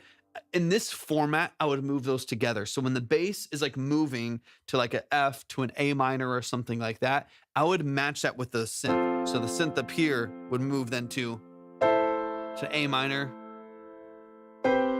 whatever you need to do to kind of like match them up. Once it disconnects right here, that's where it starts to sound a little bit muddy between the bass and the synth, because they're actually doing different chords. They start together and then they kind of shift apart.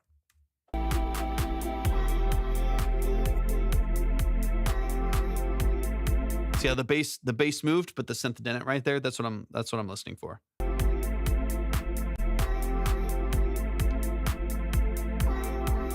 Bass keeps moving. There it finally shifts. Vocals not lined up.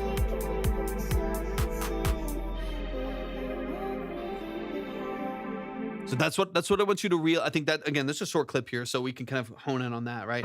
Like, that's kind of wants you to line up here, like,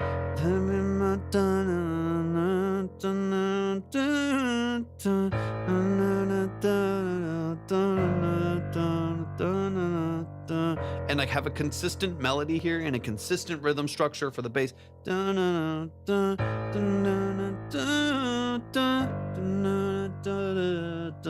And like make sure the chords are really especially in this style. If you want it to be like very chill, very laid back, very moody, then try to keep these progressions like pretty consistent. Now you can have some variety later on as you build a second drop and stuff like that, but try to keep like the bass with the same kind of a rhythm matched with some of your other chords, right? Like matched with like the synth that you have in the background.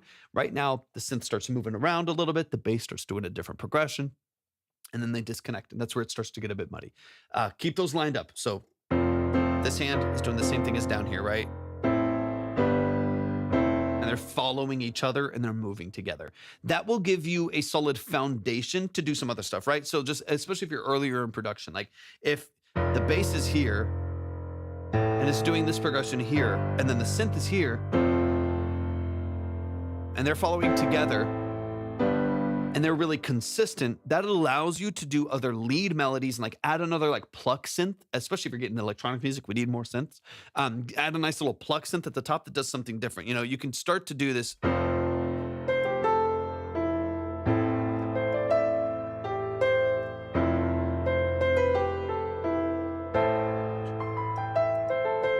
Like you can start to add counter melodies and other melodies over the top because the bass and the synth are lined up, and now we have space and like permission to grow some other elements in the mix. But if it starts getting disconnected and unstable, and then we try to add more elements to an unstable foundation, then it's going to kind of start to fall apart. And that's where mixes get really muddy and really noisy, because we were talking about earlier with extra, like too many different things doing too many different things, and then they're competing for space in the mix, and it starts to get noisy and muddy. And we want to just make sure that enough of these, you can still do some interesting things, but enough of these elements are like lined up and pointed in the right direction, if that makes sense. Hopefully that's helpful. Because that's what I want. I want a strong, I like your drums. Like I don't mind this like simple sound design. I like the sound of the synth. It's just like too loud, but like I like the sound. I don't even want you to worry about the mix and stuff right now. I like the sound of the synth. I like the fact that you're using that sample. I think it just needs to be like realigned. The timing is a huge part of it. The progression is a huge part of it. Then have, you know, another drop. Like once you have the drums in, bring it back down to nothing. Like bring it back down to just a pad with maybe a different chop of the vocal. Build it up again. Drums hit again. Maybe different drums on the second half. You know what I mean? You can start to make it a little bit more interesting and build out your B section of your next drop right here with a more solid foundation, a vocal sample that lines up, or a production that's been sped up, and everything's pointed in the same direction instead of being disconnected on the progression side and disconnected on kind of the rhythm and stuff like that. But y'all, please show some love to Sammy. Sammy, I love that you're doing what you're doing. I love that you're getting into it. I could definitely see you doing more in the electronic space. That to me, hearing this, you can absolutely get some stuff done for artists, 1,000,000%. Shout out, thank you so much for the follow. I appreciate it. You could absolutely do some stuff for artists, but I do see your vision of having some like electronic breakdowns and stuff like that. I could 100% see that working in your favor. So for me, if you're going to be in that space, things got to be pretty tight. They got to be pretty lined up, and then we can kind of dig a little bit deeper into like mixing and balancing a little bit later on. Foundation is everything though. Get it right at the source, and you'll be able to move pretty far straight from there. Y'all, please show some love. Y'all, we're closed for today. Thank y'all for submitting or coming in here. Thank you all so much for joining the stream, but we are closed for today. We'll be live again tomorrow afternoon, so just make sure that you're following. We'll open up the lines again tomorrow. Hopefully, get another good chunk of people in here for their music. But y'all, please show some love to Sammy. Show some love to Sammy. But yeah, we're closed up. Last song. We got Tep Noah in the building. Shout out to Tep. Shout out to Tep. Shout out to Tep. Let me get this pulled up really quick. But show some love one more time to Sammy Beats. I'm proud of you. You're putting in the work, man. You're putting in the work. All right, let me see.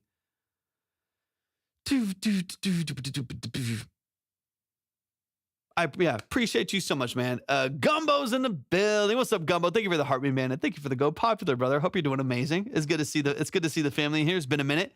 Hope you're doing fantastic. Hope life is treating you well. Tap hop in the chat. Let me know that you're here.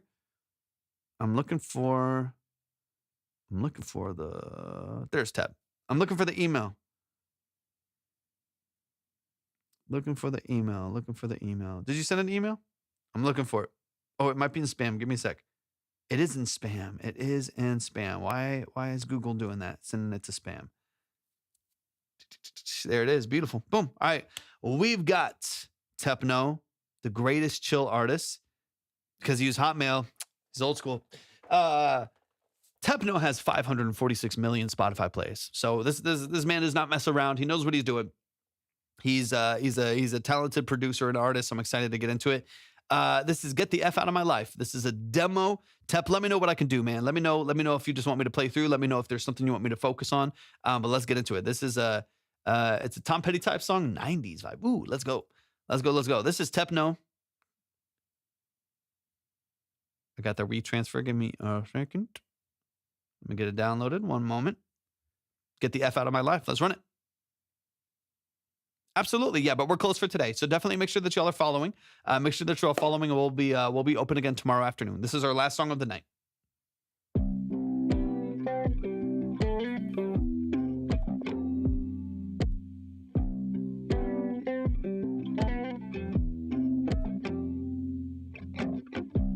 All alone I seem to go. The winds of change can blow me somewhere. Appreciate your patience so much, Sammy. Have a good one. I didn't do what I was told. Anytime. Many years gone by, Nah, I can't. now I'm If it wasn't this one, there'd be 4 other people. So nowhere. I couldn't do it. I love the space on this tab. Now I'm nowhere.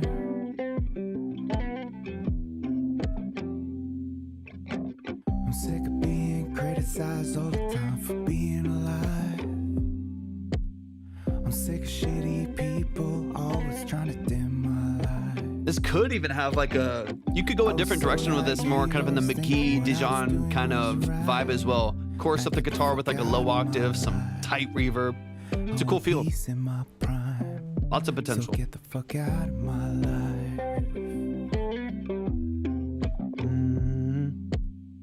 Yeah, I can hear that. That's cool. Those guitar riffs. And all the pain I gave to you, and all the hope I thought we'd go somewhere. I was in my world, always I suppose, yes. Too many years gone by, now I'm nowhere. I'm sick of being criticized all the time for being alive. I'm sick of shitty people always trying to dim my light. Feel that. I was so naive, always thinking what I was doing was right. Now get the fuck out of my life. I want peace in my prime, so get the fuck out of my life. Yeah. Get the fuck out of my life. So get the fuck out of my life. Yeah, great feel. I want peace in my prime, so get the fuck out of my life. Get the fuck out of my life. I know this is going to be balanced to mix, so I'm not going to worry about that too much. I mainly want to talk about production. That's the most interesting part to me. So that's what we'll break down. Let's go. Y'all show some love to the family. Tepno right here in the chat. Love and appreciate you, man. Thank you so much for sending this in, because I know the balancing and stuff that'll be easy. That'll do what it's supposed to do. So I mainly want to talk about production structure, because that to me is the most interesting part of what we can kind of break down here. I personally speaking, just bullet point before we even get into it. I personally like the idea of keeping this Because I really like the guitar riff, and I like your vocal over it. And some of like the bass tones that are kind of underneath it. It's very simple. I really like the way that it feels. I'm kind of curious what this would sound like without any percussion, or even more restricted percussion at the very most. Like very restricted. Gumball, thank you for the sunglasses, man. Sorry, I just saw that, man. I appreciate that so much. Very restricted percussion or no percussion on a lot of parts. Especially, yeah, with less, like, especially no, at the very least, like no hats or shaker, and keep it a lot more just like just like kind of dark and crunchy and saturated and like really dry and really close. Because right now, what I really love about this song of yours and of this style, yeah, boom and clap, but even tighter on the clap, maybe even like real clap or just like a really tight dry drum. What I like about this song of yours and of this style is that it's like it feels very close and very like direct. You know what I mean? Like everything feels like very intimate. Like you're close to the microphone. The guitar is like wide and really, dynamic and really, really close. I love that feel here. And so as soon as I start getting the like reverberated auto pan shaker in the back and like more space, for me, it pulls me out of it a little bit. And I really like, and I like that. So that to me is like, let's bring it back in close, personally speaking. Let's bring it back in close because I really like that feel. And immediately, as soon as there's like a bunch of reverb and like auto pan, I now have space and distance and depth that I don't know if I actually want, personally speaking, right? Let's run it from the top. We'll dive into that a little bit. I really like this, man. It's a really cool feel. 100% could see this doing well, especially once you kind of finalize some things. It's a good song though, man. It's like simple, pointed, and repetitive. That's the stuff that does well, especially in this genre. Let's get into it. Like just this, because this like with the clap right there like that's like as much as I ever want. I'm kind of like, what if you start with nothing? What if you start with just guitar? Start just guitar, and then let's say like biggest dynamic, you like add that for the hook and then go back to like nothing for the verse, or maybe you add it only on the second verse. So keep it like, simple, dark, haunting, all that. Keep it like moody, just guitar, maybe a bass that follows the melody too. Keep it really dry, really, really simple, and then only add in percussion starting second verse. I would love if this was nothing but guitar. Dude, love it, love it, love it. That is very McGee. It definitely has that air to it, which, I mean, dude, nothing wrong with that. I would love to hear this just guitar. All alone I seem to go. Yeah. The winds of change can blow me somewhere. I didn't do what I was told. Too many years gone by, now I'm nowhere. It's like I'm kind of imagining the Yukon Justin Bieber kind of environment. Like that's what I'm hearing. And I know you like emulating and utilizing other artists' stuff to bridge your gaps, whether it's naming songs, stuff like that. So I like that. But yeah, different a little bit. But in the vibe where you can really carry this just guitar all the way through. You really could. You really could carry this with just guitar and then like add a lead, take away the lead, add a low, take away the low, and that's it. I'm curious. Like I'm kind of curious what this would sound like with just no percussion, just you and guitar and vocal. I honestly feel like that might be the way. Try it, obviously. It might be the way to go. Where? Now I'm nowhere. Like maybe this comes on like a last hook. Now I'm nowhere.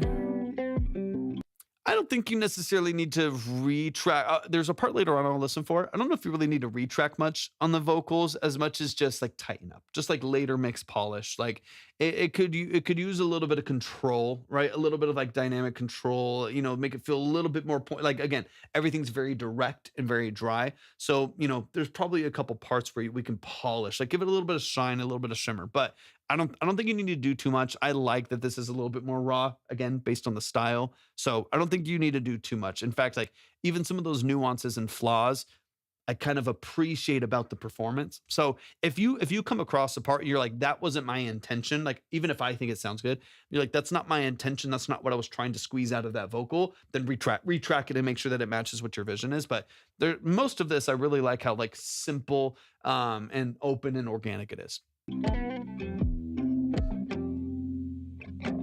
I'm sick of being criticized all the time for being alive. So like here, I hear these like, exactly, 100%. Oh no, let's talk. Yeah, we're close for today. We just closed up. This is our last song. This is our last song from Techno right above you. Like even here, so I hear this really nice G that comes in over at the very, very top right here. It's like a high string. Again, I'm hammering this home a little bit. I'm imagining no drums right here, even on the second verse, honestly. And then you build up a little bit, and then you come in with this high G on the string while the guitar goes back to the riff again. Like I can hear in the little bell at the top. Yeah, next live will be tomorrow, Rio. We'll be live tomorrow afternoon. So make sure y'all are following. We'll would love to tap in with y'all and hear your music. Like that bell tone comes in at the very top. You have the high G. This is high G string. You get the idea. The strings that are hitting a G at the top. Those little elements right there, and then no percussion, and just let the guitar go back to the riff. I'm telling you, man. Worse, like maybe even like at the most, yeah, tomorrow. Maybe even like a Rhodes or something. Just guitar and a Rhodes on a last hook. Just, I guess the idea is like I could hear this doing really, really well, very like warm and inviting to listen to. And the drums do some of that. The drums are very simple and very dry, so I don't mind that one bit. But even there, it gives me energy, and I don't want to give it too much energy. The boom, pa, ba, boom, pa. It lifts it a little bit more than my brain wants it to. Like keep it a little subdued, keep it a little bit simpler, and then if you feel like it, you can always add some other ways. Yeah, exactly. So you're relying on like your elements to like build your dynamics, not percussion as much. Like you're relying on the guitar and like a little string or something like that, but nothing too much, and a little bit of your vocal. I need to put in bro, my today release on 8/21. Congrats on the release. Yeah, I'll be live again tomorrow. Make sure y'all are following. We'll Rio, thank you for the follow. I'll be live again tomorrow afternoon. Tap in, and hopefully we'll be able to hear some of your music. I'm sick of shitty people. Because these swells are beautiful. These swells are beautiful. I think that's all it needs. I was so naive, I was thinking what I was doing was right. Now get the fuck out. I'm sick of shitty people, always trying to dim my light. I was so naive, I was thinking what I was doing was right. I appreciate Now you. get the fuck out. This line in here. Sick of being criticized all the time for being alive. These lines in here. I'm sick of shitty people, always trying to dim my light. I was so naive, I was thinking what I was doing was right. I think it's the shitty people. I'm sick of shitty people. That line to me right there potentially can be reworked a little bit. I don't mind it. This is might be end of the live, losing my mind stuff, but I don't mind it, but I feel like it can be reworked to feel a little less cheesy or like a little less on the nose right there. Yeah, those are super easy to do because you already have, I think the reason for me is like you already have the get the F out of my life. Like you already have that is like kind of your punchline with that word. Like you already have that energy in there.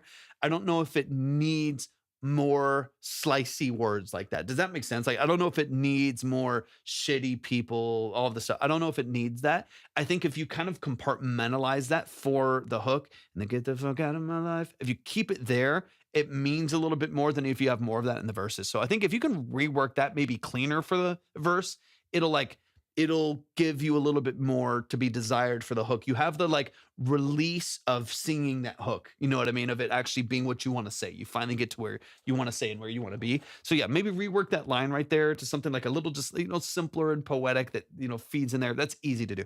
You'll have no problem with that at all. The phrasing of it sounded a little odd to me on this first pass or the second pass. And so I think if you can rethink that line, easy little switch right there. My life.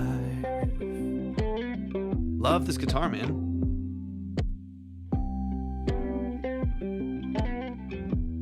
I don't even mind the space here, to be honest. And all the pain I gave to you.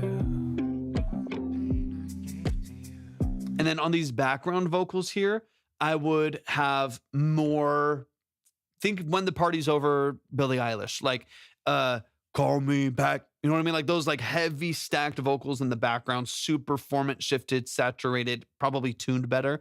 On the backgrounds, I would be more pointed. So I like that the lead vocal is just melodyne. It's loose. I like that. It's a lot more natural. On the background, when I hear that overdrive and a little bit of formatting that's happening, I want that to be tighter. It's like a little loose, kind of like the lead vocal is, and so it sounds weird that it's processed. I would keep that like tight and get it like yeah. Like it's the I could say I don't like it like that, like it like that. Anyways, very obviously crazy popular song, but Phineas did some processing on the vocals in the background that are similar to kind of what you're doing, where it's like a lead vocal and then you get this like stack of formant vocals in the backgrounds. But listen for something like that. So like clean, clear, organic lead vocal, and then in the background, super processed, but they're like tuned perfect. It's like almost vocoder style. You don't have to do that, but almost vocoder style. It's like second verse. Second verse is when that happens. Something like that. Right now they're loose. I think a little bit tighter would sound good. Too many years gone by, now I'm nowhere. I'm sick of being Same criticized. here. More shaker and stuff like that. I think you could do better by darker percussion, no high-end percussion, darker percussion, if anything. And bass. Like that's where I would, to build your dynamics here, I think I would go deeper than higher. That makes sense. You know what I mean? Like right now we're like, there's like another high reverse cymbal, a shaker, and another hi-hat. It sounds fine, dude. It's you could put it out like this and be fine. Sounds fine. But in my brain, I like the moody. I like dark, moody music. So I would like go darker and like bring in a bass or like a low string underneath, as opposed to, or like a lower, like all that, you know, like some like lower filter stuff underneath, as opposed to it's a little bit more open, a little bit brighter. I was so naive. 100%, 100%. I was doing was right. Now get the fuck out of my life. On these last get the fuck out of my lives, I would have a stack. I would definitely double like these last few. Get the fuck out of my life. I would get those doubles, get those nice and clean at the end right there. That will be your one stair step of dynamics, especially if you don't have hats and stuff as much. Easy stuff. I want peace I'm in excited my about this, man. This is cool. So get the fuck out of my life. Get the fuck out of my life. So get the fuck out of my life. Smooth, man. I want peace in my prime. So get the fuck out of my life. Yep. Get the fuck out of my life. Foundation is there. Foundation is there. And honestly, it's like take away half of this other stuff. This outro is what I want it to be. This outro is what I want like most of the song to be. This is what I want the intro to be. If you just have this for most of the song, I think you've got it. I think if that feels pointed, that feels like simple, and then you just process from there, kind of bloom it from there, add bass, add leads, and just kind of build it from there. I love the outro with just the guitar right there. I think this is one of those songs that can really hold its own without a lot of production. Keep the small snap. Let me see. So get the fuck out of my life. Get the fuck out of my life. I would take it out. I just mean, yeah, it's there. I would take that out on the outro. It's like fine, I think in this context. But yeah, I would take it out. Just bringing out the kick and having it simple there. That's what I was talking about. But yeah, y'all show some love, man. That's Tepno. That's the legend. Hundreds of millions of streams under his belt. He's a beast of a producer. He's got a great voice. He's amazing at what he does, man. And just a friend of the live, man, a friend of the show. So y'all please show some love to the family. I appreciate you so much, Tepno. Thank you for setting this in. I'm excited for you to push this forward because I really like stylistically what you're doing here quite a bit. Y'all, that is going to close us out for today. We're going to be live again tomorrow afternoon, so please make sure that you are following if you're not already. Quick spiel before we hop off because we are closed. I still see people asking stuff, but we're closed. Just a quick spiel before we hop off. For those of you who don't know, my name is Torvik. I am a full-time audio engineer, producer, and session musician. That's what I do for a living. So if you ever need those services, let me know. Shoot me a message, and I'll be happy to get back to you as soon as I have the capacity to. If you need analog synths and keys, that's kind of my forte. That's what I do. I played piano since I was 6 years old, classically trained. I've got a bunch of synths in here and getting more. So if you need synths on your track, you need keys, you need electric, acoustic, bass guitars, you need vocals, you need live drums, whatever it may be, full production packages or audio engineering, shoot me a message. I would love to work with you and see if it's a good fit. A good foot. I'm tired, y'all. See if it's a good fit. I would love to be a part of your project. So y'all have an amazing one. Hopefully we'll see some of y'all tomorrow. Y'all have a good one. Peace.